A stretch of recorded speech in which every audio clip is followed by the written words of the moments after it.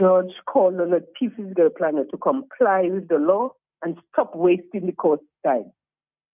And you remember, and typically she speaks to Section 84.2, which states that any person who so requests shall be provided by the chief physical planner with a copy of any entry in the register upon payment of a prescribed fee.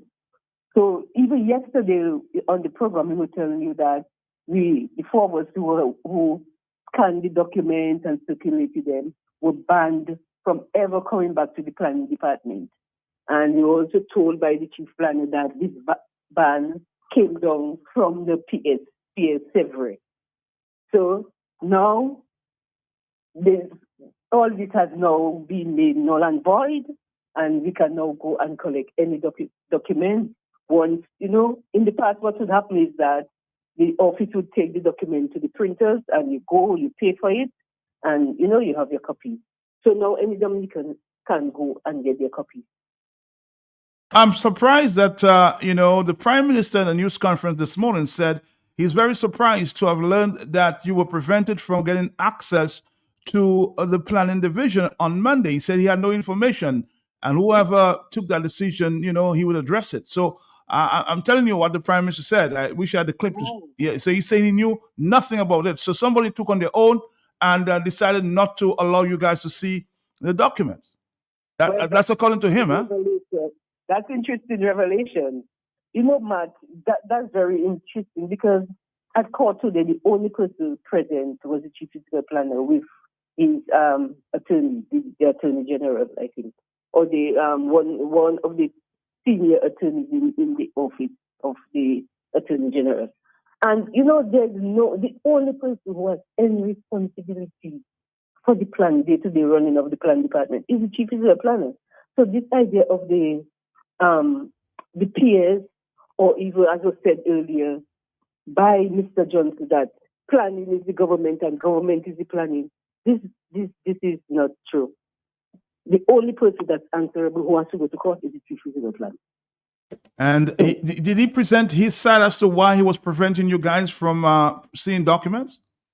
No, he didn't say that. All he said is that the documents for the airport will be made available soon. I don't know if it's next week, but very soon, and we will be able to come to view them and get our copies. And those were the documents he told us yesterday that we have no access to. So that's a real big win for us. So it is a big win, but to hear the Prime Minister say he's not aware, that kind of shocked me. I asked him the question specifically this morning. Well, I'm not too sure about that. I'm surprised maybe the PS took it on himself to order the chief physical planner to act in that manner. Is it a case of throwing the PS under the bus? Well, that I don't know. Except I think the PS was just acting out of order, Well, no, I'm not sure. I don't know where that order came from. All I know, we were told that it's the PS that ordered him to tell us we are banned from ever getting any documents at the planning department. Breaking the law. So that is really good because, like both these things, this decision is coming at a really good time because people are struggling to get copies of the Debwash documents. And now, we are hearing that anybody can go and get their copies because the documents are very big, It's like 100, 200 pages. They give you 100. They give you an hour and a half to view them. What can you view in an hour and a half? I also heard, surprisingly, from the Prime Minister, and you'll hear that maybe subsequently in the next program, that they have the permission to continue at Debwash, huh? So you might try to get a document as well. Yes, we have to get that document because that decision, right now the EIA is being considered. The public is asked to bring information to the planning department. The EIA is supposed to inform the decision makers, so the members of the board who have to sit on sit and make the decision.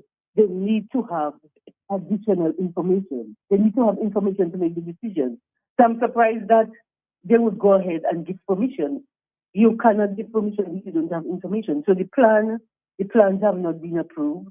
And maybe they gave some kind of I don't know what kind of decision we made. It's very concerning. But they told us when we went there that the decision would be made by the technical committee after the 27th. So we had up to the 27th to view the document.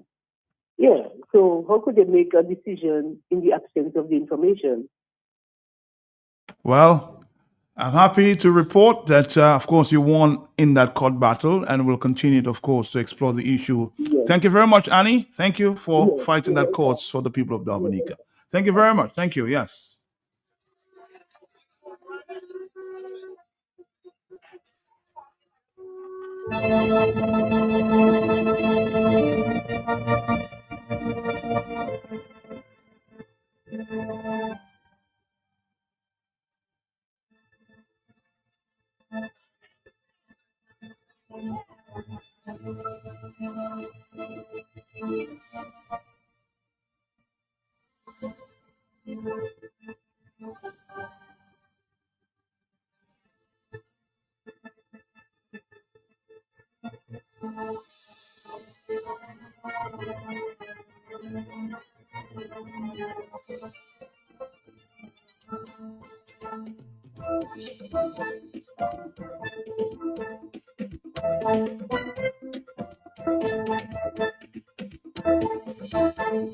Also standing for their branches, Mr. Jerry Brisbane, who's happy to hear the news because he was one of the persons banned at the planning division there a few days ago.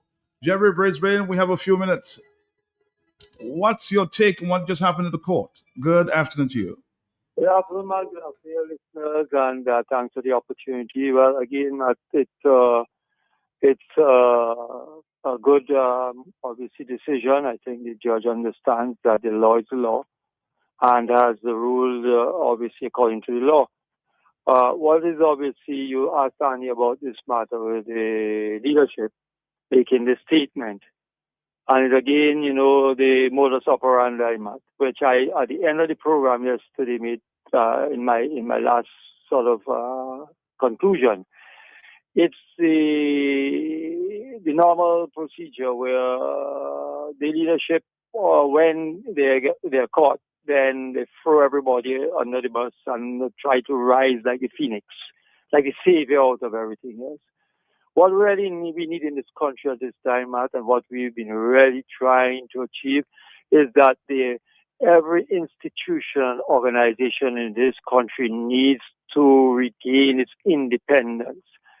And that control and that fear and everything else, as we talked about, needs to be broken and needs to be changed so that people can breathe once again. Because the people want to do their work. They truly want to do their work. But the fear and the bondage that they're in is disallowing them from doing that. And so when you hear this sort of talk about not knowing and so on, it's really a joke. I made reference yesterday in the program to, just quickly, regarding the Debosh matter, when the leadership went there on the 15th of December and made in a visit and made a statement that they were not aware and didn't like what was going on. They were going to have this temporary halt and so on, as if they were the ones doing it, when the stop order was already in place on the 1st of December, which they knew, because they would have known that much, trust me. That is too much of a big event that they would not have known. And so the typical thing of just throwing everybody under the bus and then rising like this savior and phoenix and God and everything else, So this is what we need to change in the country. And so what I want to finally say is the leadership needs to understand the time is coming where this is going to change. It will change. I have no doubt. Well, as I told Annie a short while ago at the news conference, it appears, based on his statement, the Prime Minister, that these works at Devansh will continue, huh? Well, that's it, Matt. I mean, obviously, everybody chooses whatever it is, but we have chosen to stop it, and we will do everything to stop it, whichever way, and hopefully the court matter will be put in very shortly and will be heard, and whatever needs to be done or whatever else needs to be done, we will do to stop it. Matt, because keep your airport. We have no problems. We're not trying to stop your airport, but leave Debosh alone. That's it. Mr. Brisbane, thank you again. I'm sure discussion will continue in a subsequent program. But Jerry Brisbane, thank you. Thank you. Keep fighting for the cause you believe in. Thank you. And some of the many people who keep fighting like Nasio and IP and everybody else. David. Well, at least one battle has been won thus far. You have access to all the documents, according to the judge this morning. So planning, PS, take note, huh? All documents should be made available.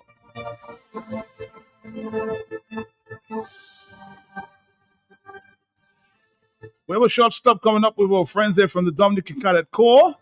I know you want to exhale at this time, but we're going to take a quick break and come back to the Dominica Cadet Corps, celebrating the 25th anniversary. All right, coming back, Dominica, right after this. Thank you. Dominica, enjoy your property, protect your property. You homeowner and businessman, protect your property, enjoy your property. Can't wait for the hurricane, can't wait till you flood again, can't wait till you fly out and all your business coming out. Remember, no insurance company will insure your property when a storm is approaching. Get ahead of the hurricane season. Insure with a company who gives you the assurance of payment for your valid claim. Come speak with us today at the New India Assurance Company Limited, upstairs AC Shillingford and Company Limited, 24 King George Street, Roseau. Bring along an up-to-date valuation from a qualified engineer and get insured today. Go doing shopping for farming supplies. So I ask you, what are you doing inside Bloombox? Do you have a farm? You tell me, that's how it has sort. I've been married 37 years. Look at my money farm. They say, no, not woman, like land for farming crops. And then you understand, Bloombox is the most affordable on island. Knapsacks starting at only $57.71. Elsewhere, it's $300 plus. Cutlass seeds, seeding trays, nursery pots, sales of potting mix, all at way better prices than anywhere else. Fertilizers, 3-in-1 multi-tool, and so much more. Located on Federation Drive, Goodwill. Second property on the right after the Valley Link Road and on the corner of Drury Lane and Hanover Street in Roseau. Bloombox. Let's bloom together. Ooh, oh, KFC. Ooh, oh, KFC. Looking for some place to go. Meals for so KFC. Grab your family and your friends. Join in the experience. KFC. It's the place to be. Made for you and me. KFC. KFC. It's finger licking good. All right, Dominica, we're back. It's 1:20. Let me take the opportunity to say happy birthday to Princess Dahlia Dangleben. Extending greetings to you from your mom, Davina, and your sister, Selena, Granny Rita, Senville, Grandpa Jericho, and the baker, her father, Christopher Dangleben, and her extended families, aunties, uncles, wishing you a wonderful day today. Dahlia Dangleben, the princess. Thank you. Of course, continue to say happy birthday to my mom today, Ernestine Teen Peltier. Continue to enjoy your day. With that said, let's say good afternoon to the gentleman in the house. They said the Dominica Cadet Corps is this is celebrating the 25th anniversary of existence since the revival in 2001. And has organized a week-long schedule of events to commemorate this major achievement. With us this afternoon there, let me allow him to introduce himself. Good afternoon to you, sir. Good afternoon to you and good afternoon to all our listeners. I am W1 Robinson. I'm a member of the Dominica Cadet Corps. I am part of the training team who is organizing the week-long event. Did anybody tell you have a radio voice? You've been told that, huh? I've gotten that sometimes. He had a bass in his voice, so okay. Well, let's get straight into it. We don't have too much time. The 25th anniversary and you have a schedule of activities taking place. Can you speak to that, sir? Yes, as you said, we are celebrating 25 years since revival in 2001. But the Dominica Cadet Corps has been around for about 116 years. 116 years. Yes, it was founded in 1910. At that time, it was only in the grammar school at that point. But yes, after revival in 2001, we are 25 years old. We decided that this is a big milestone for us, 25 years. And we decided to have a long week of events, which started Sunday. Sunday passed with a church and a parade afterwards. A church service? A church service and a parade afterwards. Okay. We continued on Monday with school visits and more radio programs. Yesterday did the same. And today we are here at our third radio program, and we had school visits this morning in one of our units in NECS and Casper Secondary School. So what is your role? What is your role? I am part of the training team, which is directly responsible for training the cadets. So I am responsible for the Central Division, which includes the Roseau Infantry Unit and the Granby Secondary School, Geothermal Secondary School. So how old do you have to be a cadet? First form. Once you are in high school, first form, you can join the Dominica Cadet Corps. How do you say get an application to somebody may be interested? A parent may be out there saying, I want my son or my daughter to join. You can be both male or female, right? Yes, it's male and female.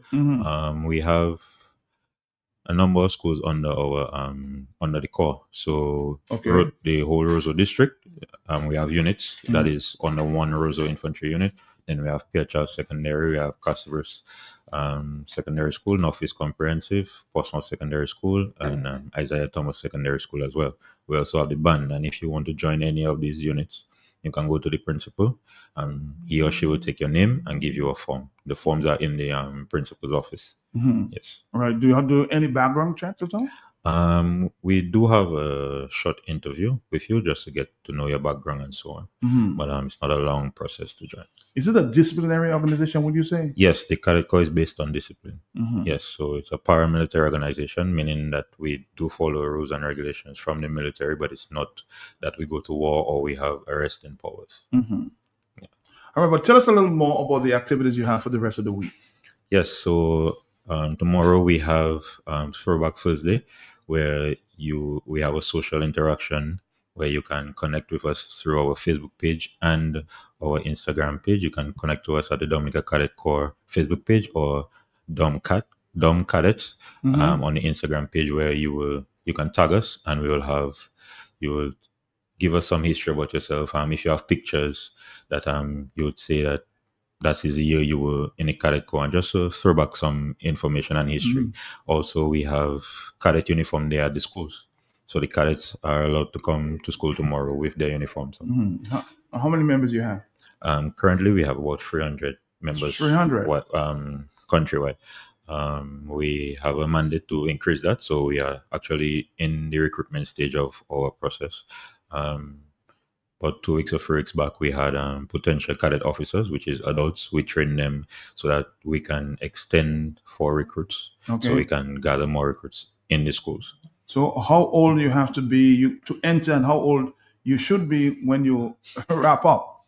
It's not a wrapping up. You from the school, so you are here from first form until fifth form.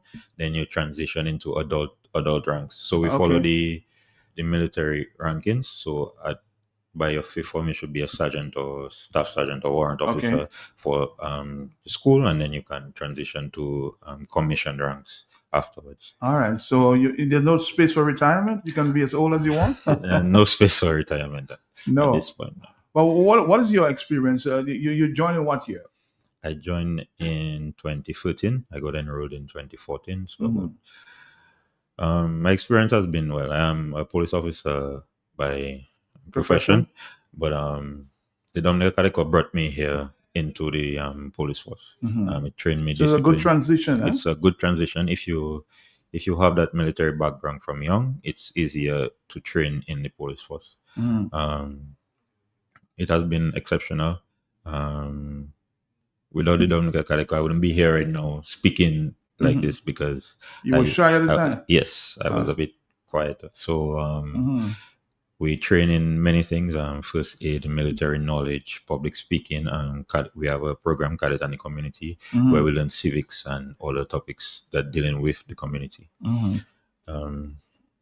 Before we continue, on Friday we have a barbecue fundraiser at the in front of the police headquarters, the immigration parking lot, and also on Saturday morning we have a car wash. We are raising funds for the Dominica Cadet Corps to continue our good work that we do. The barbecue is from 4 p.m. and the car wash is from 8:30. So where will you see cadets? Where do you appear? Is it at certain activities around the country? Most times you will see the Dominica Cadet Corps members in military parades. You will see them at national events that we are asked to join to either raise flags or drill, or we have the band, as I said, so we play music as well. But we also do voluntary work in the communities as well. So we assist the vulnerable. In case of disasters, we are asked to join as well. So we are not just for drilling, we are here in the community as well, engaging everyone. To do volunteer kind of work? Yes, sir. And you're funded by just international organizations? Do you get support financially from all the outside groups? Yes, we are part of the national security as well, so we are under the government as well, so we get support from them. We get support from outside organizations as well. All right. And other support. So you have something coming up on Friday, match, I think, cadet parade in the city? Yes, cadet parade in the city. There will be drilling around, just exposing the cadets to everyone, to this, like a normal spectacular. We march around the town, play music. And what time is it? Should just after school, so from 1:30. 1:30. Yes. Okay. What about, I think I saw an exhibition being promoted. Yes, the exhibition is part of the car wash as well. So we'll have the band playing music and just having the vibe of the cadet corps to show that we are more than just drilling on the road. So we'll have different trophies and so on to show what we have won and what we have took part in. We'll show our uniforms and different things about the Dominica Cadet Corps. Anything you want to leave before you go? I think there's a big sale coming up as well. Huh? Yes, the big sale will be on Saturday morning as well.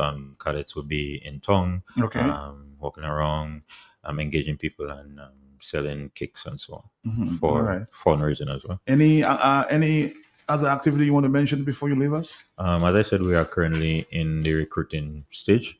So we will be in different schools sometime during next month to recruit more cadets. We also in August. We are. So you must be a secondary school student? Yes, you must be a secondary school student or college or older. Okay. Yes, if you are an adult and you want to apply, you apply to the Dominica Cadet headquarters, which is on High Street. Okay. Upsells the youth division. So the background is secondary school education. Yes. Yeah. Yes. Because I'm feeling here, maybe that's not for you, that there's some young people in the community who may feel that they need to be disciplined and want to join an organization like yours. Would you ever consider that kind of recruitment? A lot of young people that may not have gone to secondary school but want to be part of the cadet corps. Well, they apply and we will assist them as any way that we can. Okay. Yes, so that's a possibility once you consider. Yes. Yeah. After the application is reviewed, then we can consider that. All right. Well, I want to say thank you again. Your name again, sir? Robinson, Warrant Officer Class 1, Robinson. Warrant Officer. All right. So what does your role involve? Just recruitment? No, training. So okay. So you're one of the training officers? Yes. I am specialized in drills. Okay. And first aid. All right, I want to wish you guys the best of luck, blessings for the upcoming week. Yes. And, this is one organization I've heard a lot about from Gabriel Christian a long time ago. I think he was one of the instrumental members reviving the cadet corps. Yes, he was. Mr. Gabriel, again, thank you. And of course, we'll continue to talk. Mr. Thank you. Let me see. I see there's a call there. Hello, talk to me, yes? Yes, Matt, good afternoon to you and to your guest. Yes. I wanted to join the cadet corps at some point, but the impediment was I was not going to high school. Yes. But I was a scout, Okay. right? I stayed in the scouting long enough, and the cadet corps and the scouting did a lot for a lot of people in Dominica. A discipline thing, it is very, very, very good. And if it comes back to the stage that it was when I wanted to join that, it would be very good for us in Dominica. It is a very good thing. So I'm happy, and I will support you all in any way I possibly can. Know my pocket is empty, but I'll come and see if I can buy a big. Good morning. All right, good. Good morning. Yes, I didn't know you were a Scout member. Let's take our final call. I will move on to, of course, the ERC. A few members are here. Hello, talk to me. Uh-huh.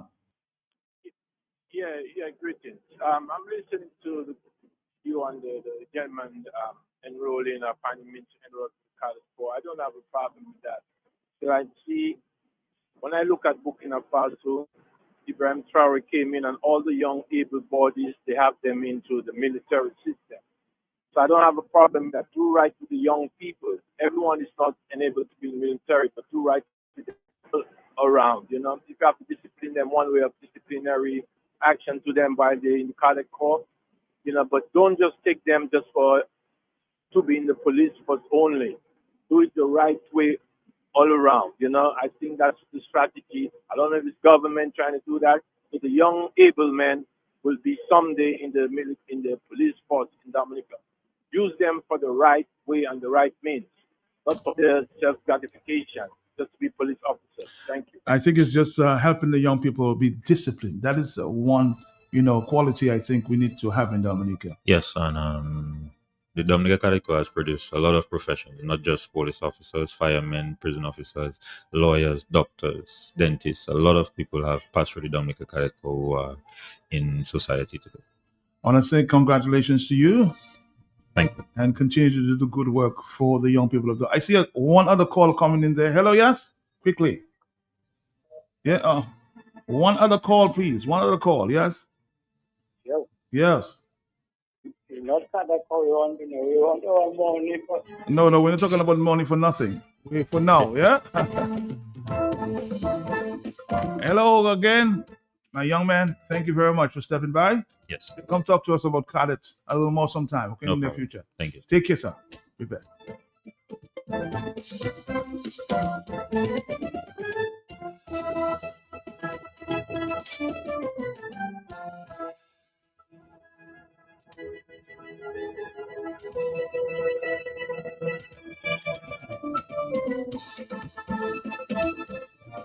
Dominicans, enjoy your property, protect your property. You homeowner and businessman, protect your property, enjoy your property. Can't wait for the hurricane, can't wait till your flood again, can't wait till your roof fly out and all your business coming out. Remember, no insurance company will insure your property when a storm is approaching. Get ahead of the hurricane season. Insure with a company who gives you the assurance of payment for your valid claim. Come speak with us today at the New India Assurance Company Limited, upstairs AC Shillingford and Company Limited, 24 King George Street, Roseau. Bring along an up-to-date valuation from a qualified engineer and get insured today. Ooh, oh, oh, KFC.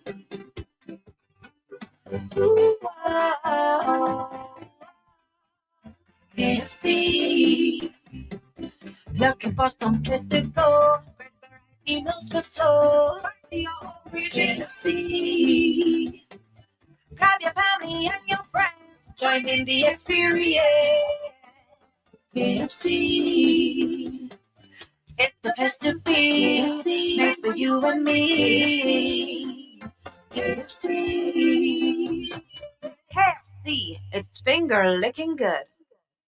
I see Golo in shopping for farming supplies. So I ask him, what are you doing inside Bloombox? You have a farm? He tell me, Gus, how the hell sort? I've been married 37 years. Look at my money farm. He say, no, not woman, like land for farming crops. And then he understand. Bloombox is the most affordable on island. Knapsacks starting at only $57.71. Elsewhere, it's $300 plus. Cutlass seeds, seeding trays, nursery pots, sales of potting mix, all at way better prices than anywhere else. Fertilizers, 3-in-1 multi-tool, and so much more. Located on Federation Drive, Goodwill. Second property on the right after the Valley Link Road and on the corner of Drury Lane and Hanover Street in Rosal. Bloombox. Let's bloom together.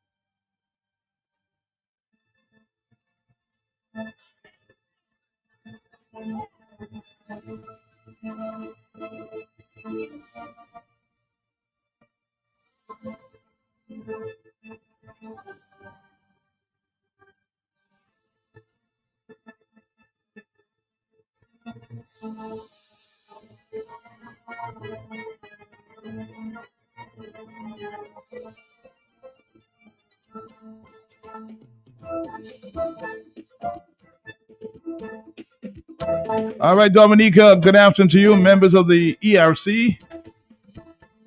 He's here, and of course, we have the former ambassador. We have a big team this afternoon exploring the issues of the day. Just before we move to the issues, I just want to announce today, as I did earlier on, that Miss Annie Edwards, the former chief planner, won her case at the court. At this point, I want to play a part of that, and we'll continue with the conversation. Annie Edwards. The judge ruled in your favor. Tell us what happened. What's that? Yes, Okay. that's what happened. That's what happened, yes? Yes. Okay. So set for us, put in perspective, why did you choose to take the government of Dominica to court and the planning division? Well, this initial hearing was about the fact that we would not getting any documents, access to any documents, specifically to about the airport development. So I went and tried, and we have all been trying, asking for the EIA and whatever exists, and no one has been getting access to anything. So I'm happy to report that this morning, the judge called on the chief physical planner to comply with the law and stop wasting the court time. And you remember, and specifically, she speaks to Section 84.2, which states that any person who so requests shall be provided by the chief physical planner with a copy of any entry in the register upon payment of a prescribed fee.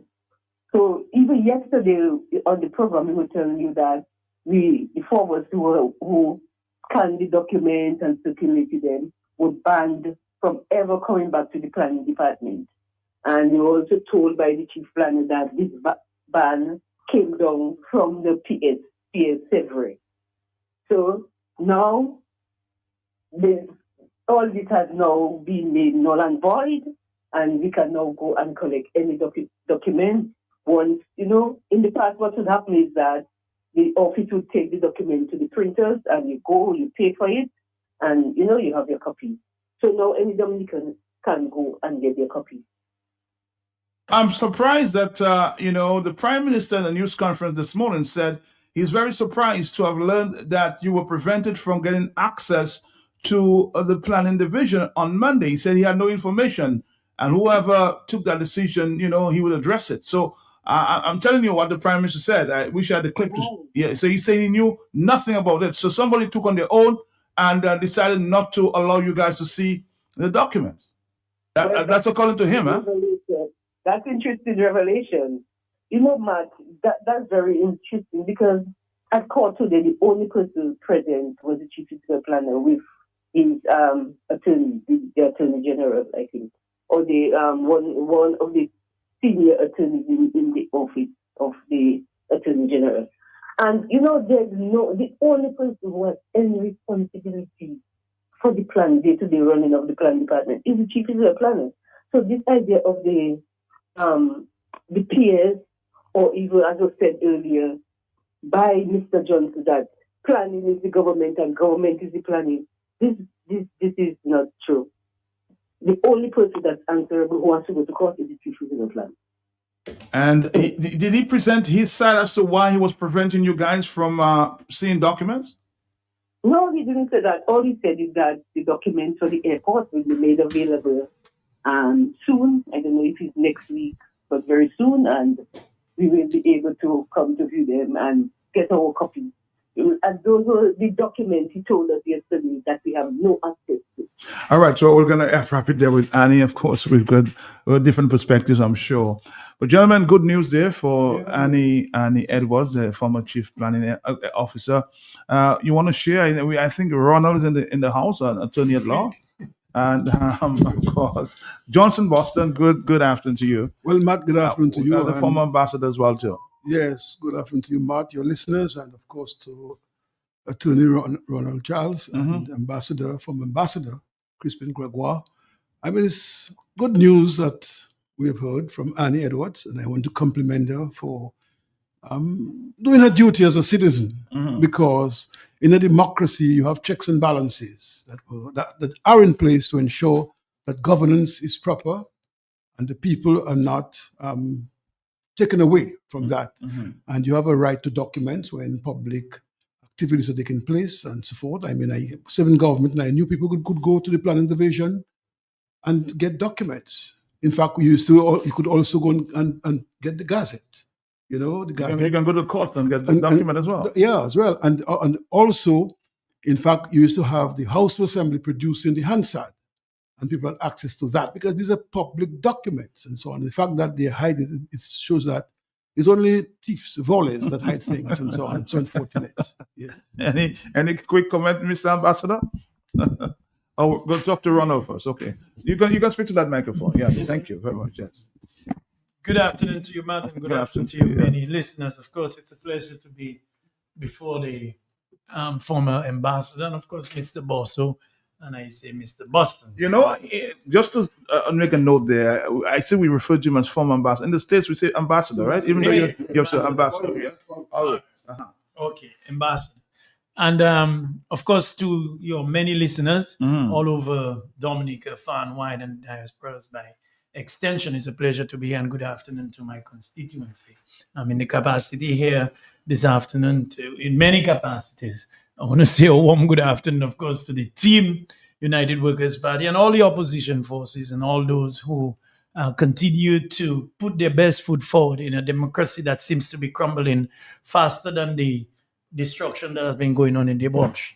So, but what we need to do now is to understand, and I want to comment a little and congratulate, of course, Miss Edwards on the work that she's doing, and all those Nasir Fontaine and all Kalinago territory and the people from that area who continue to fight for simple rights and equal rights and justice and democracy and what the law has in it and what has to be abided by. And it's a simple thing. And that is the issue. I mean, if one were to take the same circumstance that is as it relates to Ms. Edwards and requesting basic information, that is the same thing we have the government in court for the CBI program. All we're saying is, show us what it is, let us look at it, and if it's okay, it's okay. And if there are any issues affecting the people of Dominica, then we will speak about it. That's it. And then I am also now convinced, based on the precedent have been set in reference to what happened with the case with Mrs. Edwards, sorry. I'm sure the results will be to the positive when it comes to the CBI program. I know that it will probably reach the appellate court, but I'm telling you, this is basic law where the consolidated fund is there. Any revenue generated by the government ought to be there. It is not there. It has to be there. And it's as simple as that. And I don't know who is going to go against that. Somebody, it's great to be here before you. You look younger. What is happening there? Is it the diet? Is it exercise? I am following your recipe. Well, you're going to take a ball head soon? Mr. Ambassador, good afternoon to you, sir. How are you doing? Yes, good afternoon, Matt. Good afternoon to my fellow panelists, Johnson Boston and Ronald Charles. It's an honor to be here, and Matt in particular. Today is a very important day for me and for all people of African descent. Because today is the International Day of Remembrance of the victims of slavery and the transatlantic slave trade. And as we speak, the United Nations is commemorating this day in many countries around the world. I don't like to sound my trumpet, but Matt, I am the founder of that day. Congratulations. And it's an honor for Dominica because it's not so much me. At the time when I was chairing this committee to establish the International Day of Remembrance of the Victims of Slavery, I was the ambassador of Dominica at the UN. So I did it for Dominica, but it was part of a CARICOM initiative. It was really CARICOM that said that on the 200th anniversary of the abolition of the Slave Trade Act, it was 200 years when the Slave Trade Act had been passed in England. We were celebrating. We were celebrating this this event, and so we got this established in 2007. We had the first commemoration of the 200 years in 2007. But the interesting thing that happened after that commemoration happened in 2007, the African countries said that this must become an annual event. And so they joined with the CARICOM countries, the 54 African countries and the 14 CARICOM states, and pushed for this event to become an annual event. All that time, I was leading the charge as the chair of this initiative. And then, Matt, before I left in the UN in 2010 as the Dominica ambassador, I made sure that the UN would provide dedicated budget for this because, the new initiatives at the UN, without the budget implication, they get passed. But when it comes to budget, it has budget implications, then it's subject to a lot of questions. And one of the countries that is very hard-nosed on new budget requests is Japan. So it took me from 2006 to 2010, 4 years of trying to get Japan to support financially the UN commemoration. And then finally in 2009, I got them to agree. And to this day, the commemoration is financed by the UN budget. So what should happen on that day? What do you want to remember? On that day, we want to remember all of the Africans who were taken from the continent and brought to the Americas. We're talking about 16 million Africans who were taken. Now, a good number of that perished in the passage to the Caribbean or to the Americas. So we're talking about easily 5 to 8 million Africans perished in the Middle Passage. But Matt, the thing that is most concerning to us now is the legacy of slavery. It's not gone yet. That legacy remains. And one of the most concerning aspects of legacy is racial discrimination on the basis of race, on the color of your skin. And the one place you go to where the color of your skin really, really matters is the United States. I'm not afraid to say that. I live in the United States for most of my adult life, and I'll tell you, the color of your skin matters. And it matters where you are in the country. If you are in the southern United States, it's worse for you as a person of African descent. You go to places like New York State, which had slavery, but it's a more liberal kind of environment, and it's not as racist as it is. But what is most disconcerting now in 2026 in America, in the United States, is that they want to rewrite the history of slavery. And that is not attainable. I want those people to know that never are we going to rewrite the history of slavery, because you can't write it. You can't rewrite it. I say to the United States, you have a indelible scar on your chest as an American, and that is you come from a slave society. And there are those who were enslaved to build that society. That is the people of African descent. They had already wiped out the Native Americans. There's still a lot of them left, but not a lot as to when the white people came. They wiped out the Native peoples. Then they brought Africans to do the work and build America. And today they want to deny people of African descent their rights and privileges. They have cut DEI, diversity and inclusion. That's out of the window. Affirmative action, out of the window. Everything they've done in America to make things better for people of African descent has been thrown away. And we get into a point where, I don't know, African Americans and people of color in America, they're still seen as second-class citizens. That's so sad, huh? Yes, it is sad, Matt. Even after many years. Yeah. All right, so, Bosso, we're taking the lead, huh? Yeah. We're taking the lead. Now that we've found out a little more about our history, what's going on with the ERC at this point? Well, before I go there, I just want to commend Ambassador Gregoire for his work. Okay. He has been very engaged, and even up to now, because, I mean, you hear him on radio, he gives good information that is vital to the society and education. And he continues, and he's very, very well known in the circle of the U.S. at the highest level of the U.S. and so on. And I also commend him for not being afraid to speak and to speak what is supposed to be spoken. And I want to say that slavery years have gone, but there is still, as he mentioned, there's still a scar that's remained. And sometimes what we find in the Caribbean, you find even persons like Black people like us, once they get a little power, they then mix the power with wickedness. And here comes a very bad behavior of these situation in the Caribbean where people victimize for their own opinion. They're being denied from work. They've been denied from, opportunities. They're arrested and put behind bars just because they share a different view from those who are in power.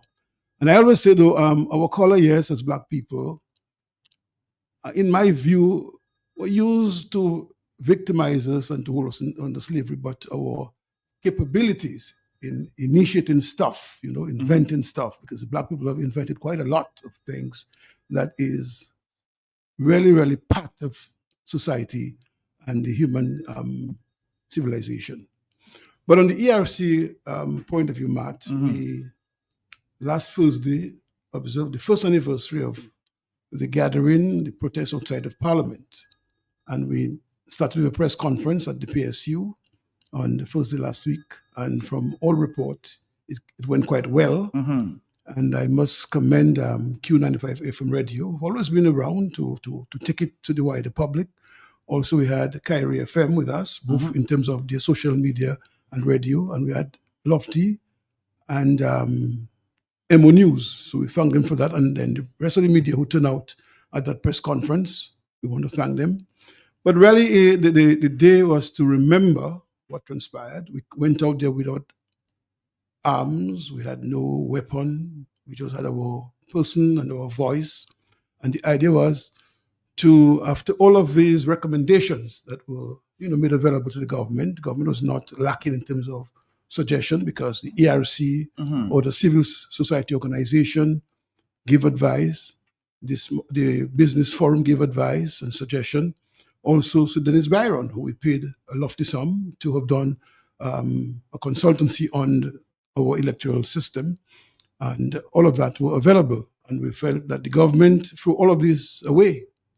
And they had their own little committee who they paid extra money to do something and came out with what they brought to Parliament. And we felt it was lacking in terms of voter re-registration.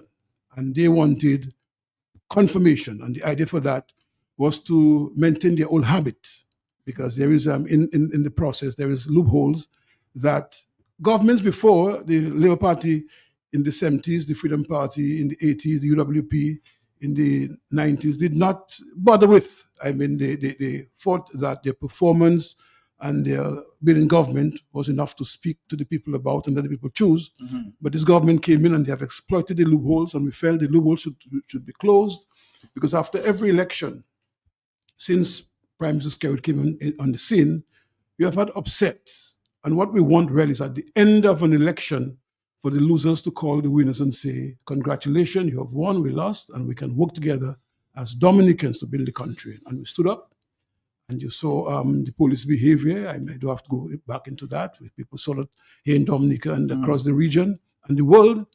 And quite 25 of us was arrested. I mean, I slept in the cell for the first time in my life. I mean, I lived my life until I reached my 60s. I found myself in a cell and so on. And just for standing. And in fact, I was going back and forth. In fact, when they started with the rubber bullets and targets, I was around SMA on that area, going back and forth and so on.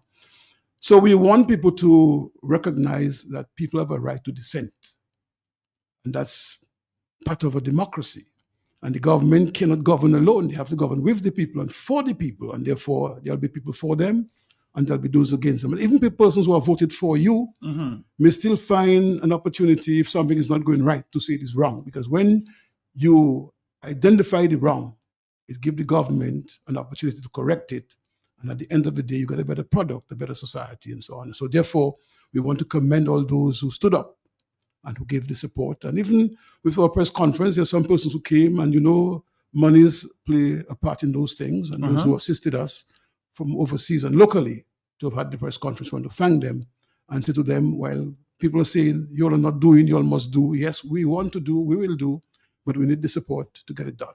And I was at that news conference, and I heard Ronald presenting. And Ronald, what can you tell us up to date as to what is going on with this case? And do you have a good case against the government? I know you're not representing. Are you representing yourself in that matter? No, I'm represented by some of the lawyers. But you can give an assessment as to where you think that case is going for. Well, Matt, and your own experience in the cell. Or did you go in the cell? You're almost there. Not almost there. At the end of the day, Matt. But you could never imagine that they're going to pick you up in a matter you're standing for.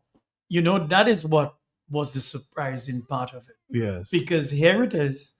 Persons are calling me, because they're being arrested. I am a professional. I was called as an attorney late afternoon to go to deal with certain issues. Okay. As it relates to that, walking with my little book and taking notes as to what is what has transpired and so on. And, at the end of the day, I too became an arrestee. I was arrested. And the drama, and the experience, it's not an easy one, It left a bad taste in your mouth. Yeah, bad taste. And you could imagine what so many people are going through. But Matt, the point remains is that I believe this matter that was brought against the 25 protesters is unconstitutional. It is wrong. And it also will I am almost definitely convinced that the court will rule in favor of this action. Now, Mr. Boston gave a very good chain of events that have occurred. I believe, therefore, if the Electoral Commission and the people down there did what they had to do, these 25 people will not be being bars today, neither would they be before the courts, if you understand what I mean. I think it is as a result of the mismanagement of the whole electoral process and the lack of understanding that people's right to vote becomes one of the most fundamental things that somebody should have, the right to vote. Think about it. This is something that should not be taken away from you. So all this thing that has been going on is in an effort to remain in power, is in an effort to really disenfranchise so many young people that are interested in making this country a better place to live and a better place to have enjoyment. So this is how I said. I also believe too that one of the things that the government can do, or the prosecution, is spend the money somewhere else. This matter should be discontinued. Here it is. Matt, I don't know if you're watching what is going on. Do you know that at least every other week and a half, there is a new person on the streets of Roseau walking up and down, wondering what to do? New ones. You're right about that. New ones. Young people. I heard your good friend and a man that I admire so much and the strength that he holds, Mr. Franklin Moses, have been crying for the government to get put something together so that these young men and women can have somewhere to go to bath, somewhere they can sleep, somewhere they can feel a sense of belonging, a sense of hope, a sense of being a person. That money could have gone there instead. There is so many issues surrounding the disposal of garbage in Roseau, Palace, the rural areas. That money could have gone there. So you're paying council from overseas to come down here to pay them so much money for a charge that you know. And if I was in another forum, I would use another adjective, but I will leave it alone. You know that it is wrong, it is unconstitutional, and that is why it's not stopping here. The matter is also going before the High Court for judicial review. Mr. Later is the one that has filed this matter. 25, I think almost 24 of us have filed this matter to say to the court, review this law, this old law that you have, and that every time somebody speaks, right, in reference to their fundamental rights, the right to vote, the right to what is going on in Deboche, whether or not somebody could stand up and say, this is not right. What you want to do is tell fellas will come and say, disperse, and they will read something, and then they will advance all of us into the cells. And that is what is happening, and that has to stop. So we are convinced that this matter before the court for judicial review is going to be in the favor, so that the police will no longer be able to use that piece of machinery they have been using for years against the people of Dominica. And democracy must not only be seen to exist, but it must exist, if you understand what I mean.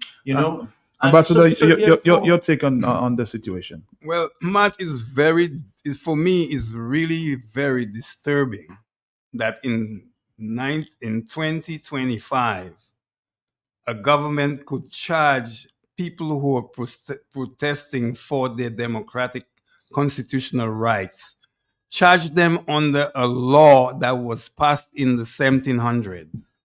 Now, let me put that in context, given the day that we are talking.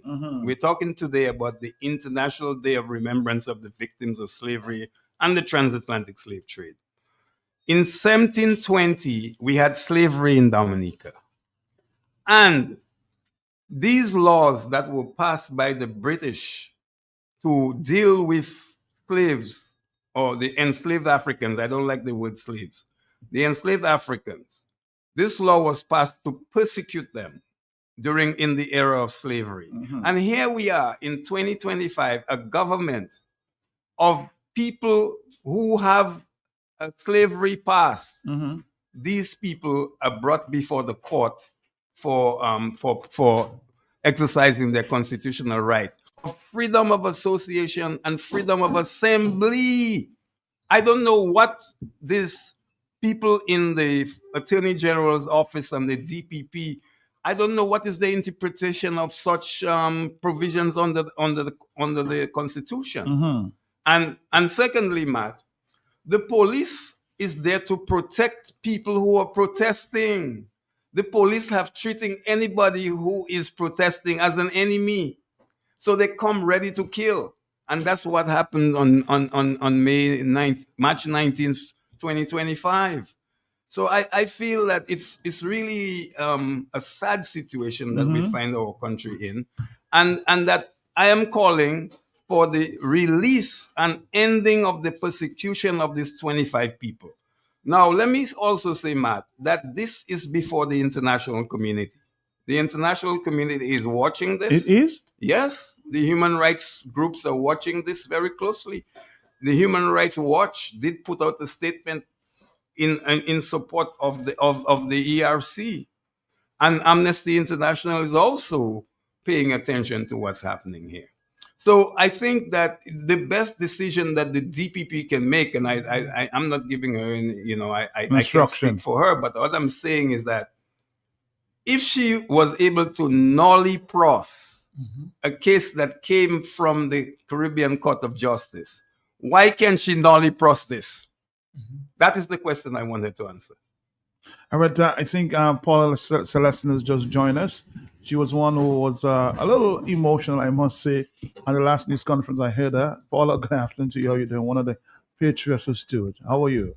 Good afternoon, Mr. Matthias, and good afternoon to everyone that are here. Mr. Crispin, good afternoon. Nice to see you, Bosso, and the same Ronald Charles. The same Ronald Charles. Yeah, Matt, sorry for being late. It's okay. Because engagement with work, because you have to work to be able to earn. To survive. Yeah, of course, in Dominica, you must do that. Yeah, Matt, I got a little bit emotional the other day because, after going back and think of what transpired, where we all stood for Dominica, and what Dominica has come to, I really did got emotional.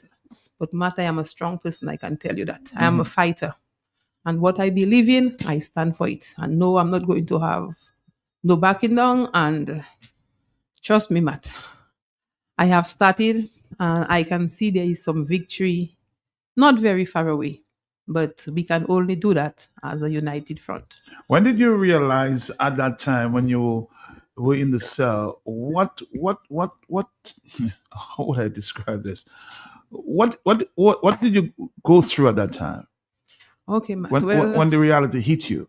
Okay, well, first of all, Matt, when I was picked up right outside of the Bayfront where I was working. I was just done talking to my guests. We had a set time to come back to go and do my tour. So as soon as I was done speaking to them, I turned around. I noticed I was surrounded by police officers. Really? Yeah, there were 2 male and 2 female. And then the officer said to me, good afternoon, Mr. Celestine. I said, good afternoon. He said, how are you? I said, I'm fine. No reason not to be okay. And he said to me, can you come with me? I said, no problem. I said, I expected you all earlier than that. Okay. Matt, this was the same police officer who I had spoken to the Monday night outside of the court when Spraggs was there. Okay. And I was expecting that because after the statement was put out there that the persons who were organizers, and I am a member of the ERC, right, I knew that I was going to be picked up. Okay. So from the very same Saturday morning, I went on a tour and I walked with my bag with my clothes because I was expecting any time. Okay. I went to Salisbury the Sunday afternoon. I had my bag too because I was expecting. But at that time, when the officer came, that was the Tuesday, and he said, you have to come with us. I didn't give any headache. And persons were like, you go in with the officer and you are smiling. And I was like, what? What should I do? Should I run away? Because I was expecting that, so I made up my mind. But while being in the cell there, I had already made contact with my son because I had enough time from the Bayfront to the police station to communicate with a few people, which I did. So by the time I got there, I thought my son I knew Papi spoke about a helicopter. Right. I thought that afternoon my son had a helicopter because he told me he was in Calibishi. And in less than no time, he was outside of the police station. But when I saw him, I felt a little bit emotional at that time. But I asked the police officer to please ask him, don't come back. Because he looked sad and I didn't want to be broken down. Okay. But only to find out when this young lady, Clementina, came to see me, where I was standing at the barriers inside the cell, I noticed Clementina. And I was like, what did she come to do here? Because they are looking to pick up people. And only to find out, when I heard the screaming out there, I was shocked that it was the same lady I saw outside there. And they brought her to the cell and she's asking, but what did I do? What did I do? And then she explained to me. At that time, because of the way she felt ill in the cell, she was kind of breaking me down. So I said to her, but Clementina, you are not well. They are going to take you to the hospital. Just play like you die and them send you home. She said to me, but Paula, if I do that, you are going to be in the cell alone. So at that time I said to her, but you met me there and I was alone. So why can't I not stay there alone? Because right now it's like she's getting me sick because she herself is sick. Okay. So the experience in there with her, it kind of changed things around because I was there, I was happy. Police officers were coming by and they were like, what are you doing in the cell? But Matt, I know this was politically motivated by the police officers because we have been to court. I only saw the police that charged me once, which was the very first day when I went to court. I have been to court 3 times and I have never seen any police officer again. So in other words, I'm not sure what is it that's really happening. But Matt, my experience in there, I am not a criminal. I'm a Dominican. I'm a person who believes and stand for justice and truth. I was brought up with grandparents where my grandfather was a man of his words. Okay. I learned to love politics at a very early age. I am not the best reader. I do not have a secondary education because I had not been to secondary school. But I know how to defend myself. I believe in justice and truth. I remember at a very early stage when I was told that you could be a lawyer. I said, no, I will not do this job because I am not a liar. And I will never defend anybody in telling lies because I stand for what is truth and justice. So being arrested and placed in the police cells for 3 days, it wasn't easy, Matt. But I gained my power and my strength and my determination because I told myself I was standing for justice. And anything that would have happened, I would continue to defend. Would you do it again? Matt, if it have to, I will do it again. Because it's a lot of crookedness, nonsense, wickedness, and foolishness that is taking place in this country. And I decide to live here for all of my life, Matt. Even if I have been overseas on very short vacation, this is the place I think of at the end of the day. When I go overseas and I'm on vacation, all I'm saying, boy, Dominica is really a nice place. We just need to change the system with this wicked, evil, and corrupt government.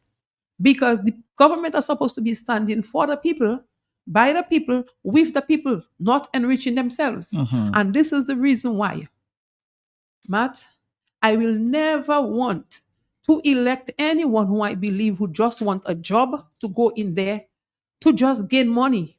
I want somebody who that will go in there and will stand for the people, by the people, and with the people. Because I believe in justice. And if it has to happen again, Matt, they will arrest me again because I will not stand up.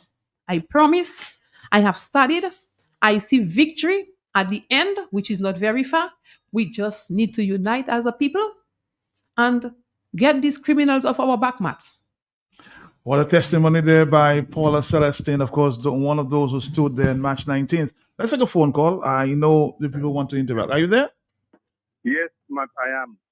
Matt, Okay. I would like to say good afternoon first to the same Ronald Charles, the next PAL rep of the Rosa Valley, and the deputy leader of the UWP. Matt, and I would like to tell Mr. Crispin Gregor, do not be afraid to blow your own horn.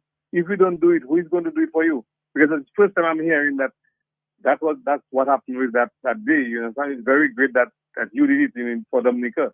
You understand? And to Mr. Boston, good afternoon. And we will overcome that old regime that is in power. We will overcome it. Everything they do, any and everything they do, is to see how they win in the next election. That's what they have been doing for any and everything. So people must not be frightened when they do anything, because if anything has to be done good for the country,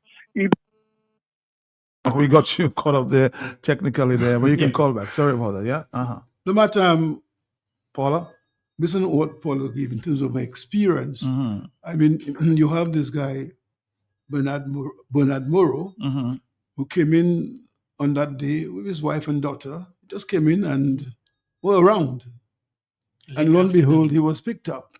And this guy is taking that so hard. He was at the meeting too, huh? Yeah. Yes. The press conference. He got so hard. Even the last court appearance, he broke down. Because he's saying, I mean, he came there with his wife and daughter just to support the effort. He did not pelt a stone. He did not kiss a police officer. He did not hit anybody. And he was arrested and slept in the cell for a couple of days and so on. Yeah, 105. 105 hours, yes. And the law we're referring to, that law was passed in 1897. none of us here were around, nowhere to be seen. You were not a thought at the time. At the time, and so on. And that's the law. And I mean, somebody sent me a clipping of the law, and some white person was explaining the law when it was passed in Britain. And the idea, and Christian made the point, it was passed basically using slavery as to prevent people from, dissenting and for standing for the right. And therefore, I mean, that law says if you come out and there is danger there, or there is a certain level of violence, and you damage a vehicle or a home, you have to pay for it, still be arrested, and the punishment is death. Can you imagine? You just go out there to express yourself on a matter that you have been speaking about for years, electoral reform, and you was arrested, and the Minister of National Security, he feels good about that, and the Prime Minister. You know, Matt already told me, I mean, she is a Labourite. She said to me, once I was passing, she threw a fion in passing. And I heard the fion, and I didn't respond. And when they arrested me, she was so sad. She said, this man is passing there, you say, he didn't answer you. And then the doctor said, but the last time he passed and you threw a fion for him. She said, he didn't hear me. So she came to me and said, I heard you. I heard what you said, but it doesn't bother me. All right.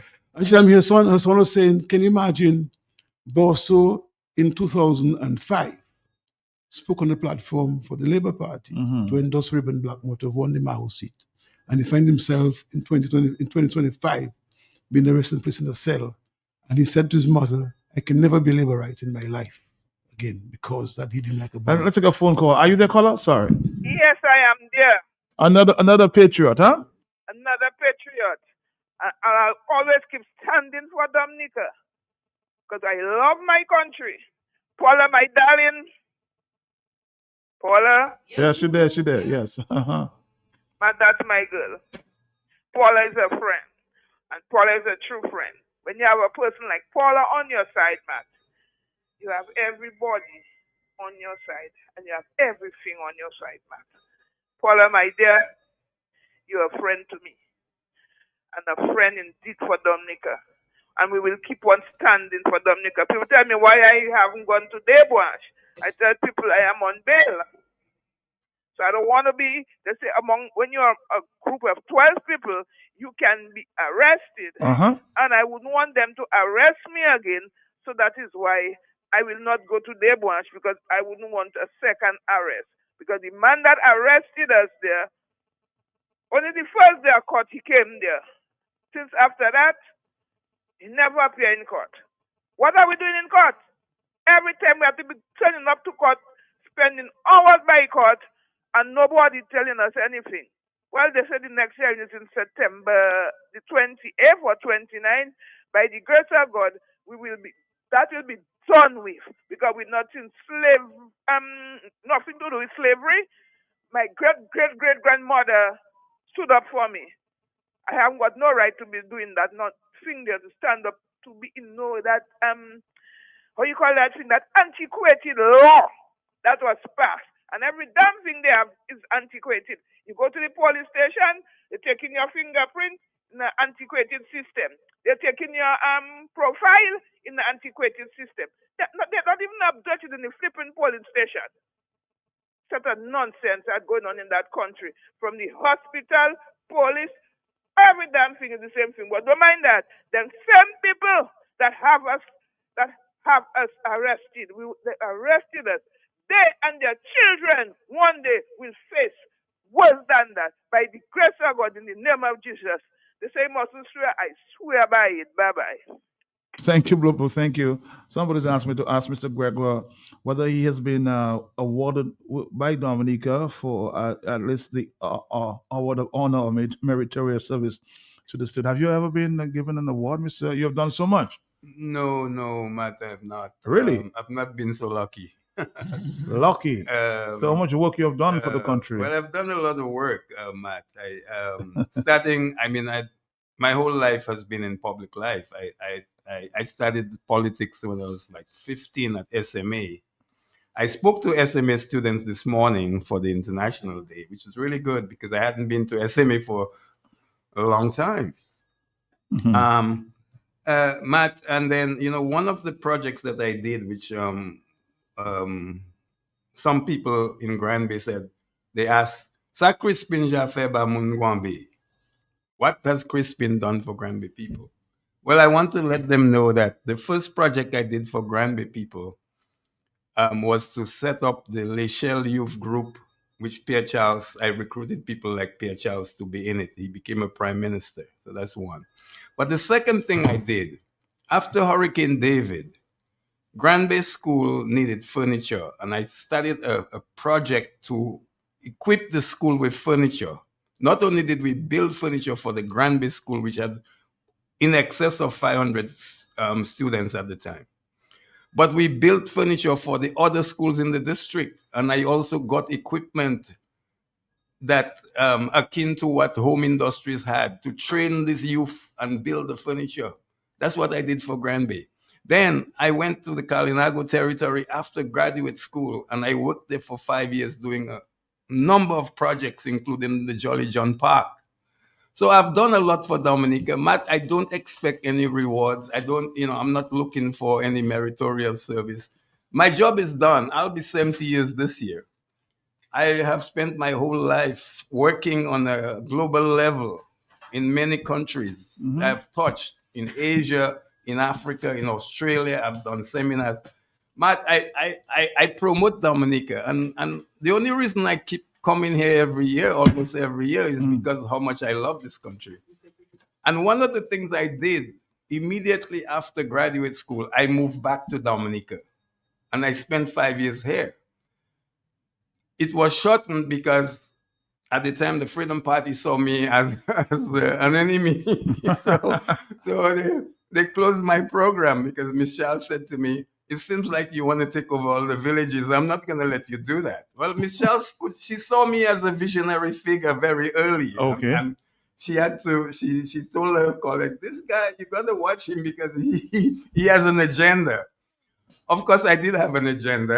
I come from the left politically, and but the point is that, Matt, what worries me, everybody knows that I came from the Labour Party. Today, the Labour Party treats me as an enemy, and that's all right. I've lived on the. I've never lived in Dominica, and the party that I support has been in power. That's not the case. I've never had that situation, except when it happened in 2000. But the current Labour Party, they didn't, for some reason, they saw me as an enemy. And the reason why they saw me as an enemy is that I was an aspirant to be the leader of that party. Ah, okay. And then certain people saw me as standing in their way. And they stopped your candidacy. Right. And even when such people have other citizenship in their back pocket, and then they are telling me they can't support my candidacy to be a candidate for Granby. And I said, okay, fine. I'm not running. And that was the best decision I made, Matt, in my adult life, not to join that bunch of politicians who are now running our country. Because they would never... You had no regrets? They were never genuine people. These are pickup side. That's the pickup side, right? And they joined with Rosie Douglas because they saw an opportunity to get into office. But once Rosie died and once Pierre Charles died, they buried their legacy. They ambushed the party. And I can't belong to that. And Matt, I became an independent. That's why I can speak. The person who called before, that's why I can speak, because I don't belong to any party. I am there for justice. I am here for democracy and a multi-party political system in Dominica. That's what we need right now? Yes. And then we must have free and fair election. And I'll say, the next election that comes has to be free and fair, and will be free and fair. And you know why? Why you say that? Because the Trump administration is looking at this administration here, and they have so much under the microscope. Not only under the they are under the microscope, and they are under serious sanctions. Look at where they are, Matt. In 3 months, the world has changed with the Trump administration, right? And they are looking at Dominica as a place that has a lot of corruption, a place that is not having free and fair elections, a place that needs order, a place where accountability for the CBI is a problem. So these are some of the things that we, the Dominican people, must begin to wrap our heads around. It's not about, I like this guy because he has dimples or whatever. It's not about that. It's about what has that government done for you? And is that government concerned about your rights? The government thinks that they can just put anybody in jail. This must end. And I'm saying, some people have to stand up and say it. Now, I come from Grand Bay, and Grand Bay people used to be very adamant nationalists and people who are concerned about standing up for their rights. There's no more. Well, it has gone under the carpet, Matt, but it's simmering. Grand Bay will rise again, and when Grand Bay rise again, it will be interesting what will happen. But it is when Grand Bay people now decide that there must be a change in the country that the whole country will change, Matt. I'm seeing that. And I'm beginning to see the cracks. There are a lot of people in Grand Bay who say they are labor rights, but they're not happy with the situation. Because they ask themselves, am I better off in 25 years than I was? The answer is no. There's no economy here. Let's take a phone call. Hello, talk to me. Very revealing words there by, of course, the ambassador. Are you there, caller? Hi. Good afternoon, Mark. Good afternoon to you. Yeah. Felix here. Rosie Felix, how are you doing? Another warrior. Thank you. Yes, Mark, I want to commend the ARC and for standing up, and of course, as we commemorate that March 19th event, and I was standing up for Dominica. Mr. Boston also, leading us through that charge. It's a memorable day. I'll never forget it. And where we are now, as far as it concerns electoral reform, is justified. Our standing up back a year ago is still justified, because what we are seeing, happening, at every step is to frustrate the process and, for this corrupt Labour Party to remain in power. So I'm happy we stood, and we continue to stand. And until it's said and done in the correct way, I will continue to stand. As for the March 27th, to the exact, was the day I in particular was arrested. I have no regrets of that day. I changed cell into church, and I thank God for the grace, because it's the grace of God when you go through suffering and you can still give God thanks, and especially in this particular case, you're standing up for justice. My God is a God of justice. He hates wickedness and he loves justice.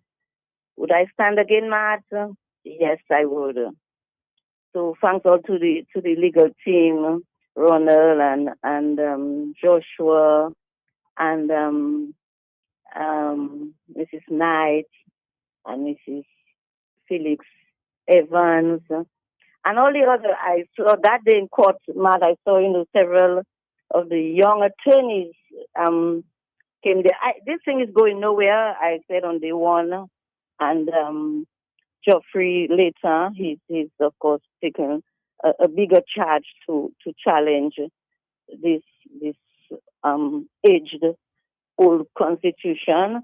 So I know we're going to be victorious. Dominica will overcome, because everything is for a season, Matt. Everything is for a season, and evil may appear to win, but evil can't win. It cannot win, Matt, even if it appears. So that's my contribution, and I say to everybody on the team and those watching on the fence, those watching on the sidelines, those who are encouraged as well as those who are discouraged, let us look to a God who is a God of justice. We shall overcome. Dominica shall overcome. All right, thank you, Rosa Felix, for standing as always. And I want to ask a question just to Mr. Gregor for the time before we continue the conversation, because I'm being told from intelligence that at some point in the future we might have to make a choice between China and America. Is that a fact? Because China is looking close. Yes. America's looking close. Yes. Well, Matt, clearly the competition between China and the US is intensifying in our region. It's a very interesting development because the last time we had that situation was during the Soviet Union time, when the Soviets challenged the Americans right in their backyard, and the Soviets had put missiles in Cuba, and we almost had a nuclear war. We are back to that situation, Matt, with the Chinese in the region, very active. They are the adversary of the United States. And then, interestingly, they something that happened in 1983, the adversary of the U.S. is building an airport in the U.S. backyard. That's the reality we have in Dominica right now. And that airport is of great concern to the United States because they're saying it's an airport built for military planes. So that Dominica and Dominica could be the place where we see the real competition between China and the United States play out in the next months. That's what I see, man. In the next months, so it's not too far away. No, because remember the airport is under construction. Now the question is, I worry that one of these days President Trump is going to name that airport. And when he does that, when he does mention that airport, the whole United States is going to be shocked that this is happening in their backyard. That's what I'm considering. He's going to call the airport's name? He said Dominica? He will mention that the Chinese are building an airport in Dominica. And that alone will evoke a kind of response in the U.S. Of being really scared.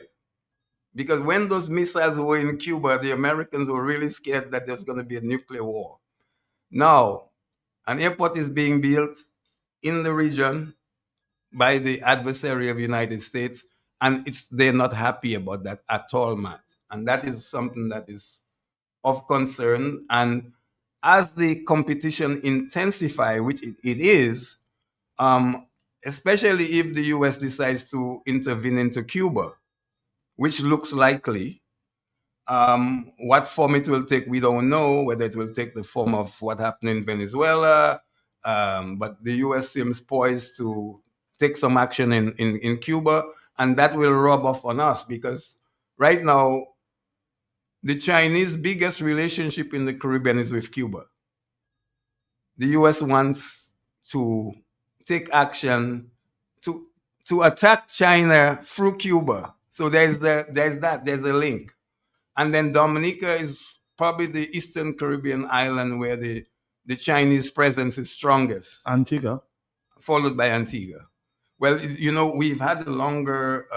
relationship?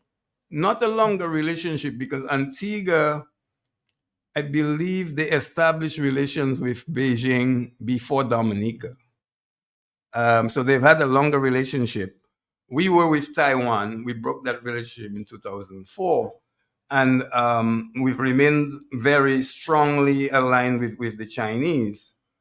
But now, we're now facing the pressure from the US. And I'll tell you, one of the things that happened, Matt, the first time that Secretary of State Marco Rubio met the 5 Eastern Caribbean prime ministers and the Prime Minister of Bahamas, one of the things the Secretary of State said to them that the U.S. was opposed to them giving no bid contracts for ports to Chinese companies. And there are only 2 cases of that in the Caribbean. Jamaica, a port in Jamaica, and the airport here. We'll take a break. We'll come right back. Stick around. Dominica Dominica Softball Cricket Association, in collaboration with the Elias Dupy Foundation, proudly presents the Elias Dupy Tip Ball Cricket Festival, all in honor of the late Elias Dupy. Join us Easter Sunday and Easter Monday at the Ansdume Playing Field in the northeast of the island for 2 days of softball cricket action. Games begin 11 a.m. on Easter Sunday and 9 a.m. on Easter Monday, featuring top teams from the north and northeast of Dominica, including Benz, Paybush, Penville, Calabishi, Marigot, Wesley, Woodfordale, and Portsmouth, all competing for over $3,000 in prizes. Make this Easter one to remember with thrilling cricket, community spirit, and great entertainment. April 5th and 6th at the Ansdume Playing Field. Catch the action live on radio, Facebook, YouTube, and the television. Come out and support the Elias Dupy Table Cricket Festival, where the Northeast will come alive with cricket. Exciting news from AutoTrade. Incredible savings are here. Take advantage of AutoTrade's Thrifty Thursday promotion. Mark your calendars. On the last Thursday of each month, AutoTrade is offering up to 20% off items throughout the store. Yes, 20% off. But wait, there's more. Keep your eyes peeled for our exclusive Deal of the Day offer, bringing you even bigger discounts on select items. Whether you're looking for car accessories, maintenance essentials, or just browsing for a great deal, we've got you covered. So be sure to swing by AutoTrade every last Thursday. At AutoTrade, it's more than a vehicle, it's a relationship. Terms and conditions apply.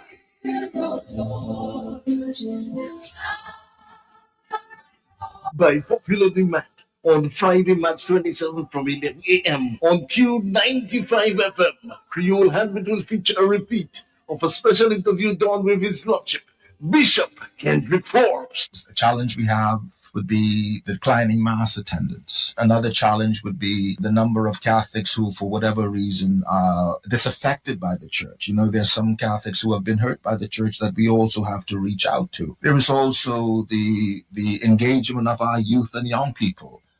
That's a challenge for us. And vocations. His Lordship, Bishop Kendrick Forbes. Death, sin, suffering, the challenges of life, they don't have the final word.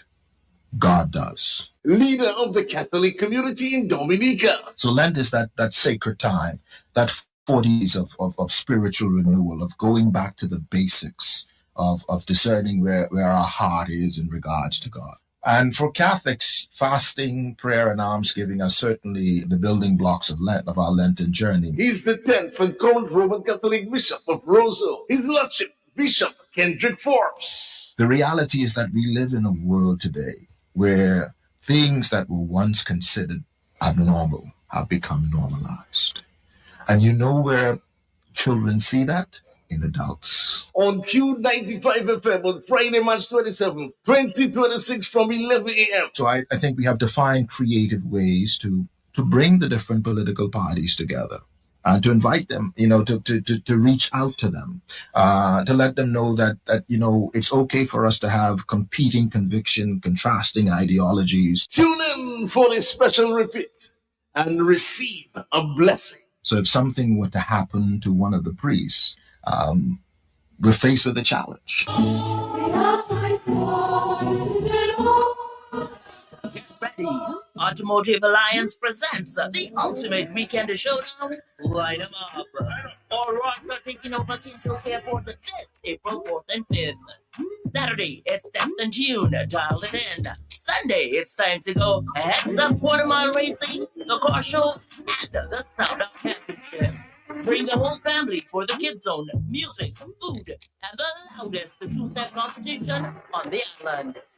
Admission, adults $20, kids $10. Want to be in the heat of the action? Grab a pit pass for $50 daily. Registration $100, car show entries of $50. Media partner, Kyrie FM, U95 FM, The Vibes Radio. Line them up, April 4th and 5th at the Kingsville Airport. Be there or get left at the line.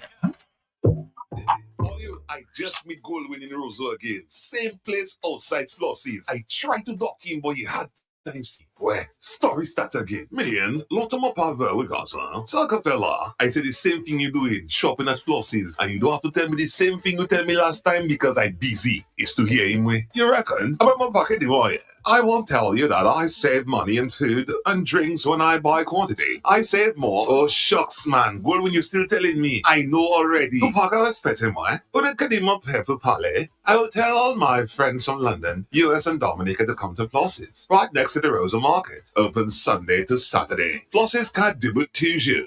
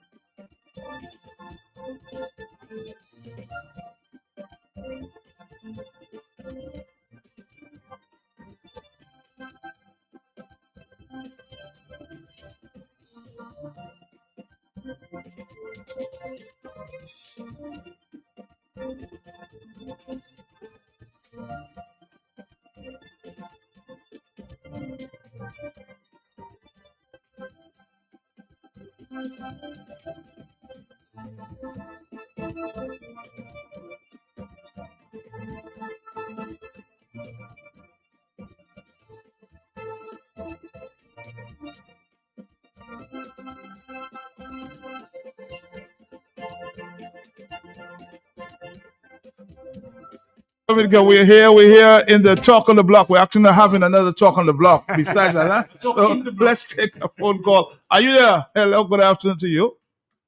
Well, good afternoon to my first to you. Hey, Hambak, Sagafet. Mola, Mountain Crispin Galachi, on bagay la, Crispin Galachi on bagay la. Moi-même, quand on est là, mon camarade pour comment, Crispin Galachi la, on dit là, so elle a tout chaud Dominique là. Pour que Crispin Galachi on parle de bagay. C'est ma femme, depuis la caisse ça, d'abord on finit d'elle. Depuis la caisse, le monde là. Il peut pas finir, non, il peut pas finir. Ça peut pas finir, aïe, le monde là, tout le monde non. Non. Non. Mais moun qui tue moun yo de wo, la question finie. Yo pas de question. Moun qui tue moun yo de wo, oui, yo pas de question. Dis-moi ça que a fait Gouambé actuellement. Gouambé, ouais, c'est pour nous pas pour même en Chine. En Chine, yo ga ke chatwell. Pour nous pas pour différentiel ga pété, gearbox ga pété, engine ga pété. Pour nous la rapport les Chine ça. Pour What's on scary tale last week? Oui, mais là, il faut wash, il faut wash. Right now, moi, j'attends un peu de capacité. Avant là, qu'à sortir, mais mon gars a dit, qui ça a dit, ça dit, qu'a dit, ou pas courir, ça a dit, ou t'es là, tu vas, ou, because je, là, on met tout le monde pour aimer, je suis, on est bon, tout le monde n'a pas, ou ça. Vous comprenez? On peut faire, so, mais mon gars, toujours dit, préparer pour l'homme, mettre misère, pour la misère, fini.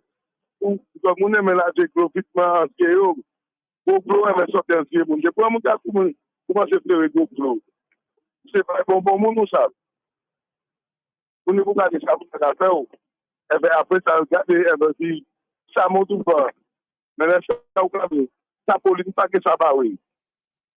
Et ça mon gars qui te voir après immédiatement ça. So ça compte pas pour. Non Manissa. Nous mettons monsieur là pour tout l'argent. Mais Chris me demande un check sur pas ni pas rep.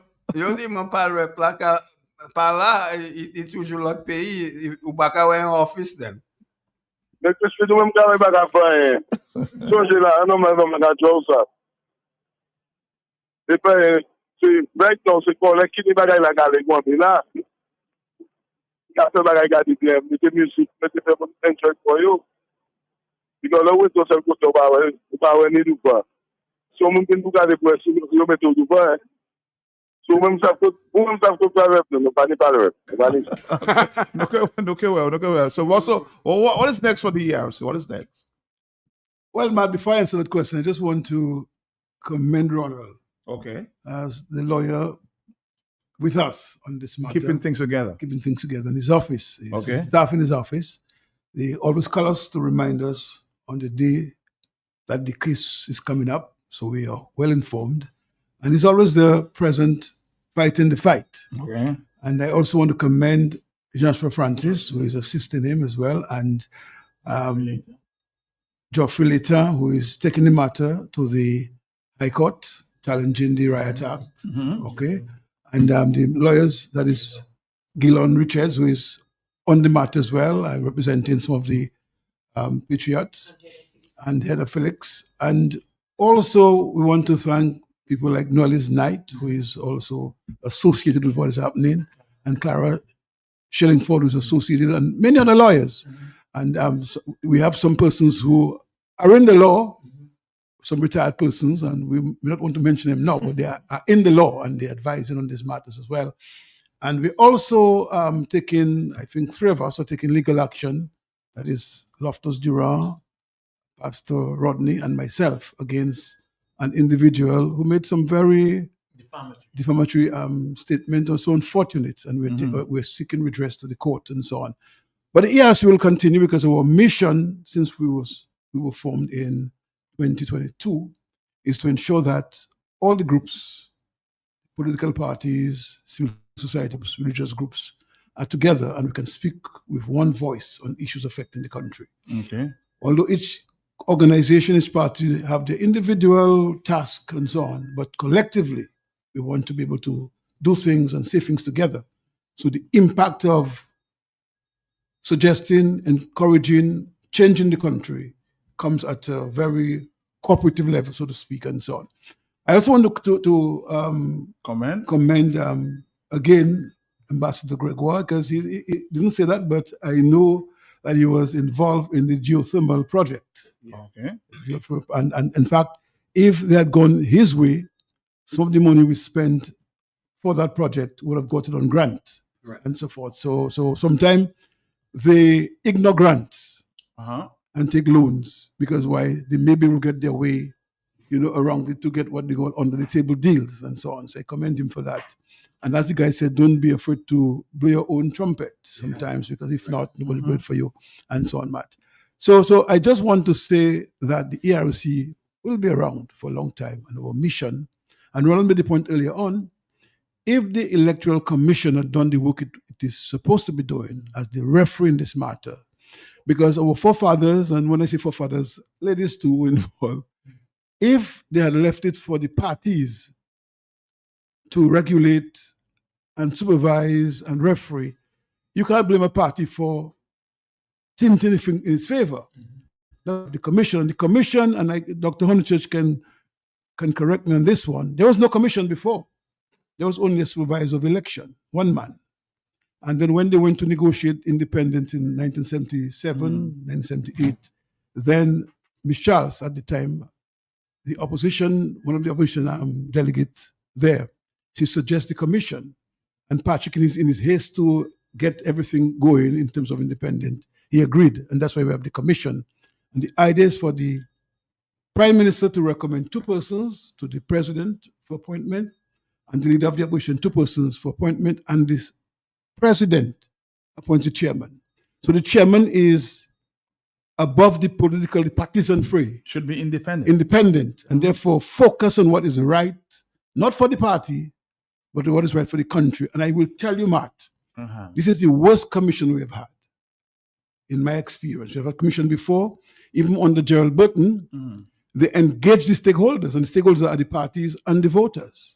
This time around, the parties and the voters were ignored, and so on. So if they had done the work they had to do, the 25 of us who got arrested would have not been arrested, because they would be able to steer this thing properly, that the Labour Party and its leader would not take advantage of the situation. You spoke about geothermal. I just want to make a point there, because I think they're looking for 10 megawatts out of the geothermal. Yeah.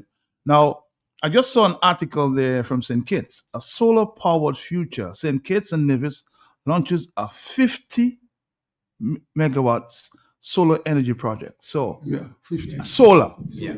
Solar. Right. So we spent so much money on just geothermal, and we could have gotten 50 watts from solar. 50 megawatts. That's quite impressive, Matt.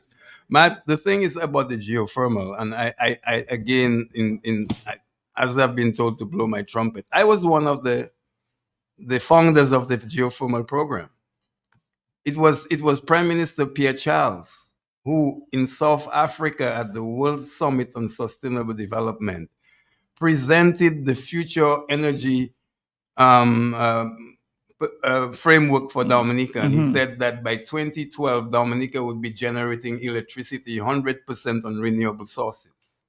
Look at where we are now. In 2026, we are now about to commission a 10 megawatt plant.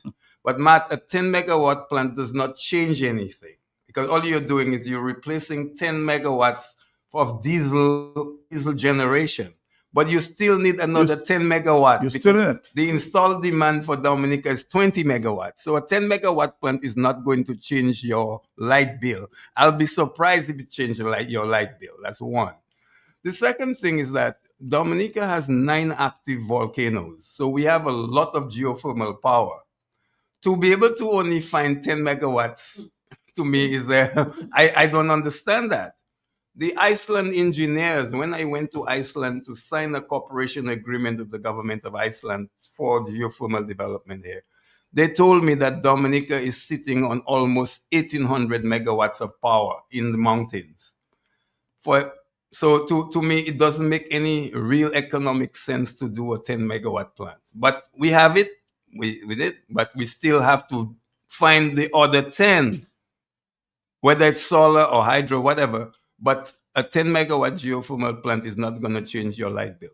No, to talk about 50 megawatts solar energy in St. Kitts, and you know what the pioneers there? The Chinese. So you could get the Chinese to get a solar plant for Dominica. And less cost. And Matthew, do you know that St. Kitts has diplomatic relations with Taiwan, right? Now, China is the world's largest producer of solar panels. Thank you. The unfortunate situation here in Dominica is that the Minister of Energy is not a big fan of solar power.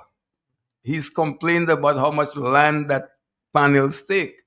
It doesn't take that much land. The Kalinagos had a 2.5 megawatt solar farm. And Matt, if you saw the space, that was before Hurricane David, that the 2.5 megawatts took, was not much land. It's not even an acre. It's not even a quarter acre.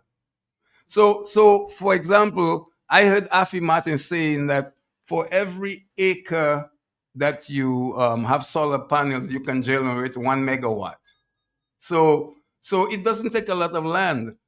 I would simply ask the Chinese to help us to generate 100% of renewable energy, to add to the geothermal, add solar, add wind, and so that we can get off oil. We can get off oil for electricity as a first step as we move towards electric vehicles. That's the future of Dominica.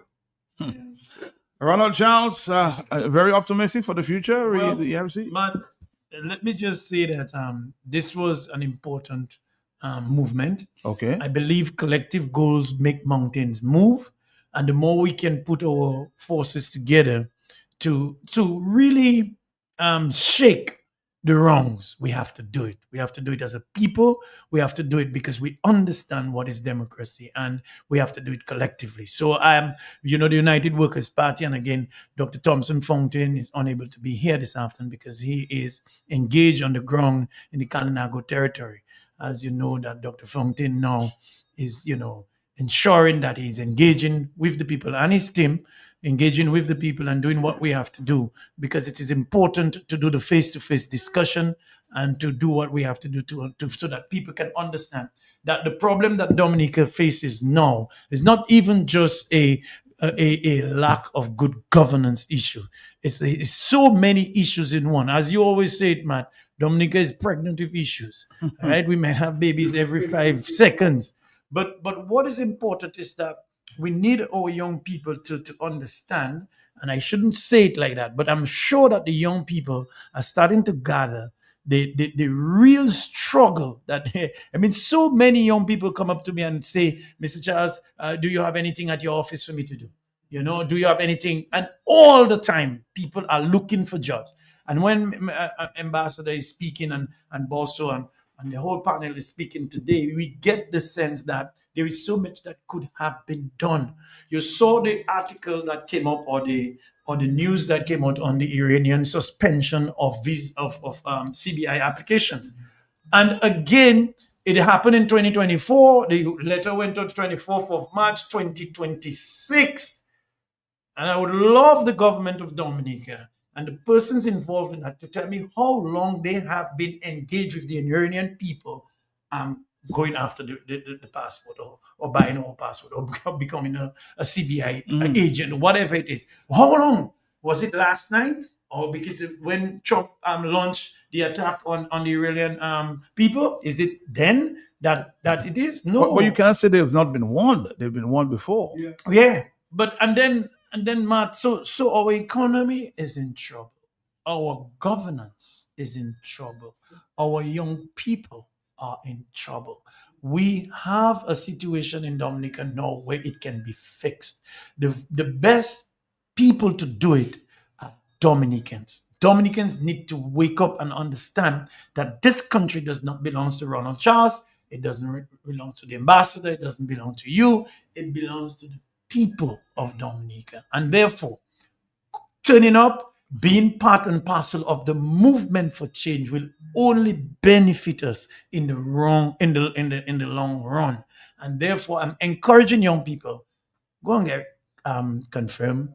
If you're not yet registered, please go and register so that you can have a say for the development of this country.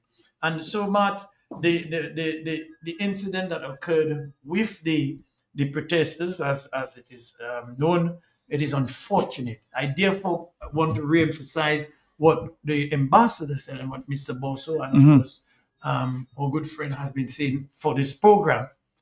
The right thing to do is to discontinue this matter against these 25 people and do it the sooner, the better. Let me ask you a question there, directly, Ronald. Do you think that we will see an election before the end of the year? Well, one would say, based on the trend that has been going around in the Eastern Caribbean, and you see that there's a certain trend, I will not be surprised if the election is called in Dominica very soon after Antigua, because I'm sure that they will be looking at to see what the results are like. And it's unfortunate. It appears to me that the rights of people are not taken into consideration. It's about trying to go around buying votes and trying to convince people on things that they ought to be clear about. The Dominican people will remember that for the last 3 years or 2 years, it has been rough. And up to now, it has been rough. People don't have jobs. There are no factories being built in Dominica. Last time I was listening to the Aid Bank ad, and they say Aid Bank, agriculture, Aid Bank, industry, and they say for building factories too. And I'm trying to wonder which factory that Aid Bank has been existing for almost Nane Canal. Which factory have they engage in to say, well, they come get the money for this. And when you come, it's a selection process again. So Matt, we have a lot of work to do. So I'm urging everybody and all political parties, of course, the United Workers' Party, continue to do what we can do in our capacity, and to really encourage people to do the right thing, and that is to go out there, be part of a group, be part of a movement. Don't be afraid, because if the results, and I love how the ambassador said it, they're not going to win. And but somebody's saying that to Mr. Gregor's point, somebody's saying, yes, Matt, he's right. There's a lot of young men, the Z youth in Granby, willing to vote for an opposition, but they're not seeing anyone on the ground to know who the other representatives are. So that's a one for you, Ronald. Well, Matt, let me say this again. For Granby. For Granby, where Dominica is not that big, you know. At the end of the day, what I think, and I'm going to say this today, everybody in Dominica, right, are aware of the nonsense this government is doing. They are aware. Clearly, they are aware. I am not saying we have to set aside the issue that we should not engage people, of course. But we have been engaging people for almost 25 years. We've been talking about the issues. When Mr. Linton, for example, brought up the issue about the CBI, everybody thought it was a big joke.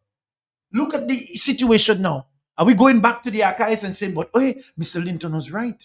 We've been saying that this government needs to change. So sometimes you have to take some kind of self-motivation. You have to re-examine yourself, and you have to tell yourself you want to stand up. You want to make that difference. So even if you're from Granby, Capuchin, wherever you're from, you can put a small group together, and you can be an advocate for change, and you can determine who should represent you too, because... Good point there, Ronald. Somebody's just asking Mr. Crispin Gregor. Let me ask the question on their behalf.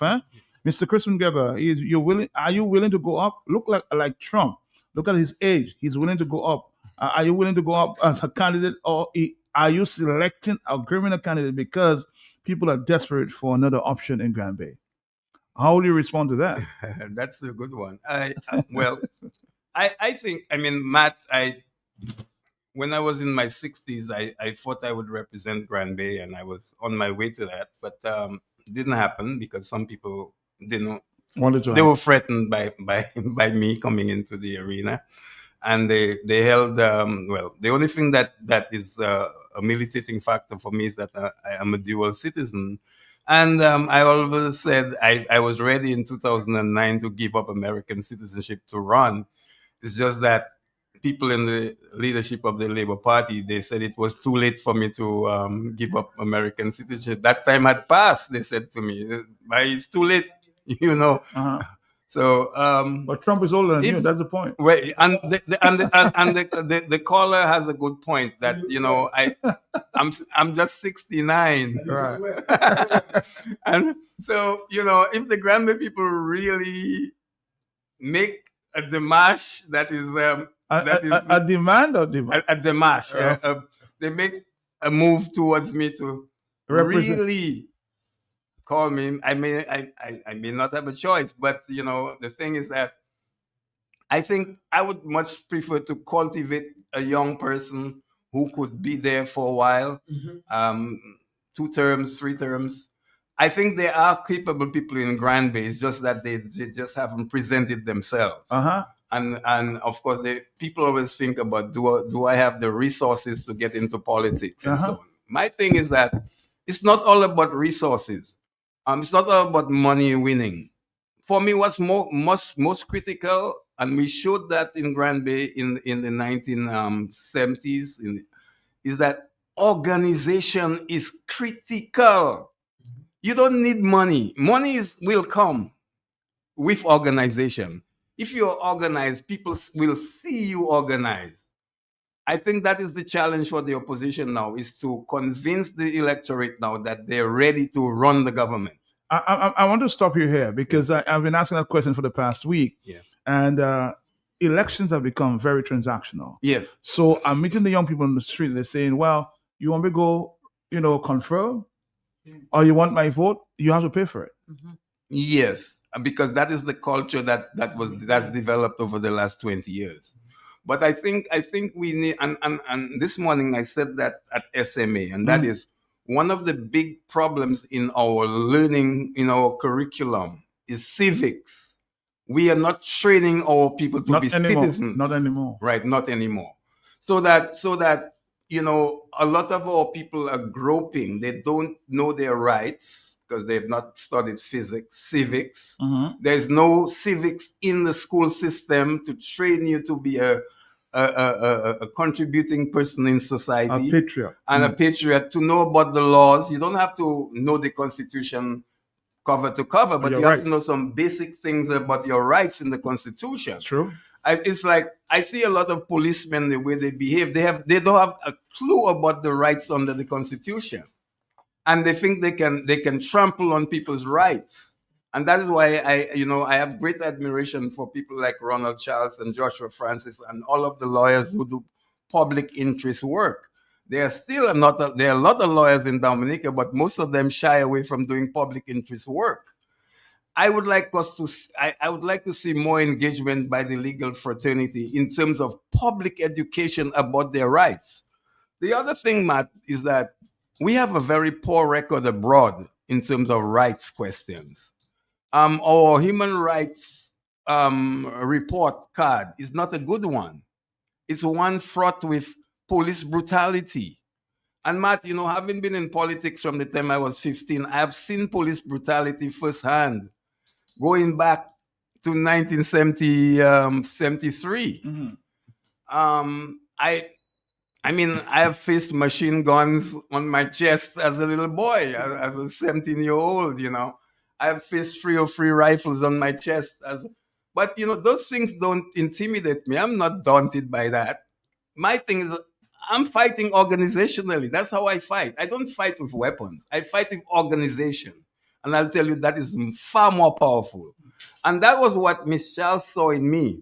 When she saw me organizing in the villages, doing bottom-up development work, that was threatening, because ultimately it could frost me in the political arena, because what they were telling her, if you don't stop Crispin, he'll stop you. And she told me, look, I'm not going to let you take over the villages. And it's just the bottom-up work. Matt, I was trained as a community development organizer. And that's what I remain. And I'll die as a community organizer. Let's see. I'll get our final comments there from Miss. Yes, the only female in the house. How are you doing again? Yes, Matt. Going forward, you're going to continue to stand. Oh, for sure, Matt. Okay, Matt, the ERC, Buster just mentioned, this organization was formed after 2022 general election, when a number of us was not satisfied with how things transpired, because there was an election in 2019 and then there was this other election in 2022. Now with the ERC, which we formed this organization, every person on this organization, they represent their own political party.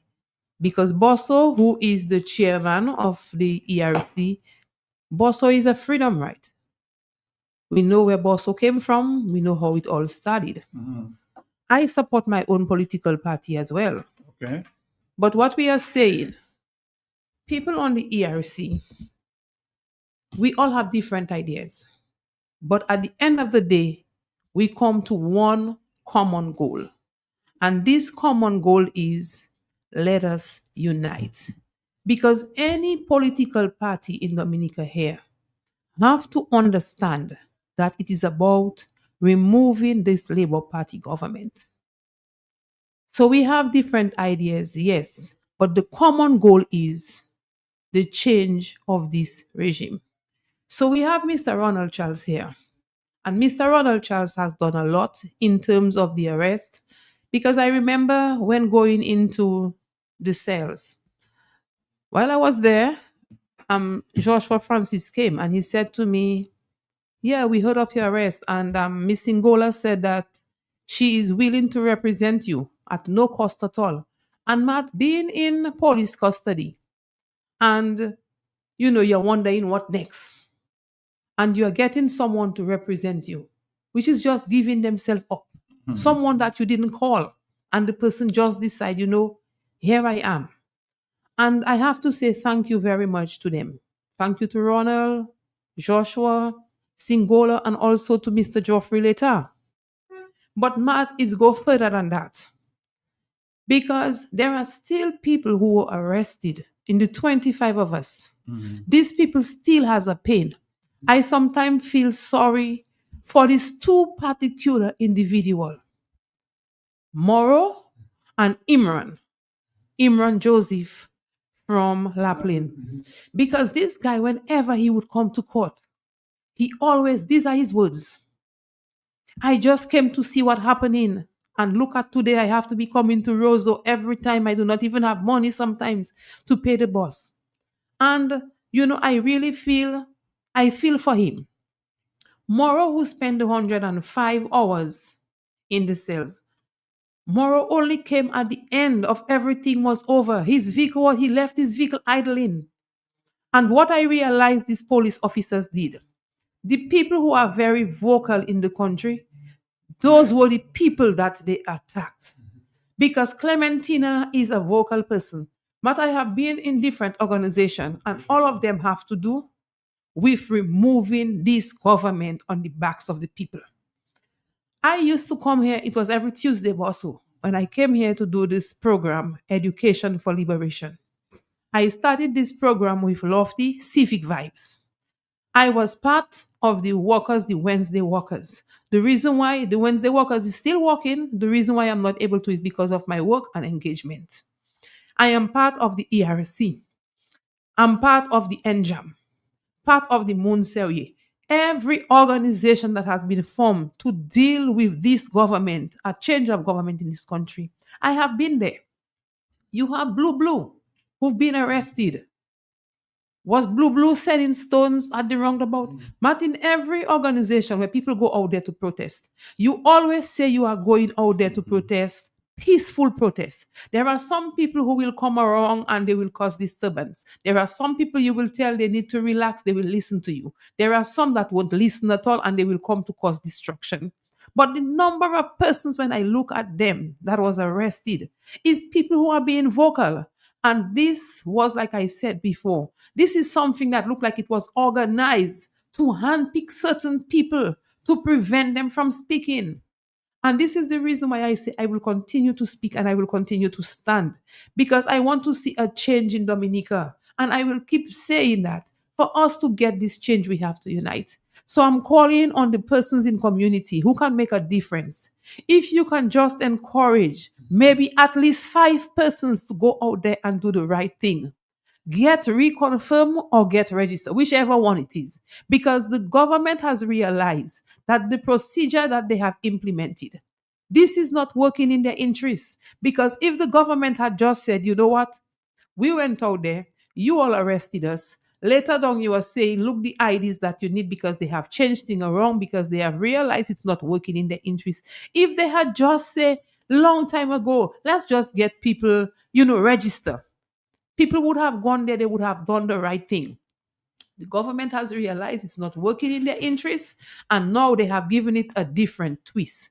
So I'm calling on the people, please, at least if you have influence over anyone in your community, ask them to do the right thing. And the people who are demanding money for them to go and get reconfirmed, I'm saying to you all, when the government change, you all will have a different life of living, because we've seen it before. We've seen it under the Freedom Party. We've seen it under the United Workers' Party 4.5 years. And Dominica was never like that. But when you pass in Roseau, people used to ask you for $2. Now they're asking you for $5. Be it that some of the guys really want to get the drugs, but somebody wants something to eat. I went to a particular place the other day, and before I could even order my meal, somebody was telling me, look, they're taking that, they're hungry. Matt, when you have the money, you cannot say no, but you cannot feed as an individual who is trying to survive in your country. You cannot help and feed everybody. But sometimes it really hurt my heart to see there are some people who really need, it's not a want. And when you are in a country where your basic needs, you cannot allow to pay for it. Matt, I'm saying that this government, they are long overdue. They have expired. Their time has long overdue. And I am calling on Dominicans, let us do the right thing. It's only by going to reconfirm and getting your name on the voters list that when an election is called, we can have a change of government. So for those of you who are out there, and you still have the hurt of, the arrest. It's a one year come and gone. I'm saying, take strength, be of courage. We will see some light at the end of the tunnel. Thank you. We're going to go across around the table Just there. one thing I want 1 minute before we wrap it up. Extend some really thumbs up to the diaspora presidents Okay. who have been contributing tremendously towards the legal funds. Various matters are before the court, and I know they don't like me to call their names, but I know that they put a lot of efforts to ensure that Dominicans get the best representation in order that we can defeat what is against us illegally. So I really want to, say thumbs up to them and say thank you and continue to do what they do. I know personally from the United Workers Party, we have received, so much donations to some of the matters that we have before the court, the CBI matter, as we call it, and of course, other matters that we have that is before the court. And now the judicial review and the continuation of the matter against the 25 protesters. So I really want to say thanks to this. And of course, to all the lawyers who continuously assist in one way or the other, because sometimes you may not see them in court, but their opinion matters. And of course, they give opinions and so forth. But all in all, it's a pleasure to be here this afternoon. Of course, it's very good to be by the next Pal Rep for Granby. But all in all, thank you for the opportunity. And the United Workers Party remains steadfast to work towards a really better Dominica, and we continue. I know that of course we have some work to do. Of course we have to engage a little bit more than we are doing, but we are doing it, and we're doing it. And the political leader has remained. I don't know where he get his energy from, because I keep telling him he has to go a little easy. Up to last evening he was in Campbell, doing his work and being on the ground and engaging people and doing what we have to do. So the team, we're doing what we have to do as a political party and one of the leading political parties locally. But again, we cannot do it alone. We always believe that Dominicans can do this, and we are looking forward to really. And Matt, I can tell you, when victory comes in the morning of that day, all the political parties will come together and say, 2 days holiday, 2 days straight. All right, Mr. Crispin Gregor, your final comments before we move on to Boston. Yes, well, Matt, I want to thank you for this program, highlighting the first anniversary of the arrest of our colleagues and the protest movement. What I want to say to the 25 people is that there are people outside Dominica who are paying close attention to what is happening in the courts. And I also want to join and thank Ronald and the team of lawyers who have put their life on the line to represent and to do public interest law. That is a culture that we really need to develop in this country, where lawyers give to public interest needs. And I just want to also thank the people in the diaspora who have been unwavering in their support. It's not easy to raise resources here in Dominica, but we have a large constituency in the diaspora who is engaged and ready to help and have been helping, and we applaud you for that. And we also want to say we want you to continue to be engaged, and whatever way you can help the struggle here, you should. Matt, my hope, this is my hope, that we have inherited a somewhat flawed electoral process, even with the new laws, because the focus there for the administration was giving themselves advantage through the laws they passed. And the laws are so voluminous. I'm saying, but why does the electoral law have to be 100 pages? And whoever drafted this stuff is not the politicians. These are the legal draftspeople who are drafting for the politicians and not paying attention to the fact that they should be writing laws that are fair, but they're writing laws for politicians who are telling them what they want in the law. So I think, it's a disservice that these legal drafters have found themselves in, doing the work of massa You know, when you're doing the work of master, it will never be for the people. So I hope that we can have a free and fair election in Dominica. And I will tell you, from what I can glean, Matt, the international community is not going to allow another flood election to happen in Dominica. It's not. So the final comments are yours. We have a minute. Yes, well, Mark, I'll do it quickly. First of all, I want to thank you and Q95 from Radio for hosting us this afternoon on this program. I want to thank we said it already, the lawyers and people like Singwal and those persons, and all persons who stood bail for us, because we had to have all of the shorties to come in and stand bail for us. Some of us are at $45,000 or so bail and so on. So they came in, and there are those who are not shorties, but they made themselves available to have assisted and so on, to thank them. And I want to join the team by thanking the Dominicans abroad who have assisted us and are always willing and ready, and who are standing for the right things. They're those, their only mission is to get a ticket to come and vote. But they're those who are focused on what is right for Dominica, because as far as they're concerned, wherever they live today, tomorrow they want to come back in their country, and a country that is making some sense and making some progress. So Matt, we're just on the move, and that is what we want to do. And, quickly, Matt, I was speaking to a few young persons in Roseau who said to me they wanted to have participated in the Roseau City Council election, but for a whole year they could not register. And by the time registration was opened, it was very close to the election, and therefore did not have the opportunity to vote. I was told by a labor right, because the people are giving you information. I won't call the person name information, that the Labour Party thought they would participate in the Roseau City Council election. So they were very active. They had luncheon and discussion and all of this kind of big hyper, because they wanted to see how the Roseau City Council will come out on the old list to be able to call an election on the old list and so on. And we want to say to the government that the process of confirmation is on and registration, and that must be given an opportunity to take root, because it is becoming a joke now, the way in which elections have been called in Dominica, and that should not be. Thank you so much. Thank you. I'll play Ronald's favorite song as it goes. Thank you.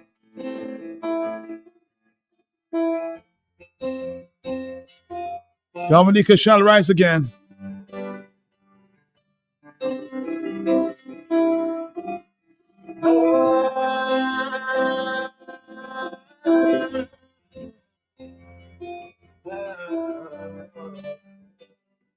Like a thief in the night, with no warning and no chance. Mother Nature, you came and took away so many lives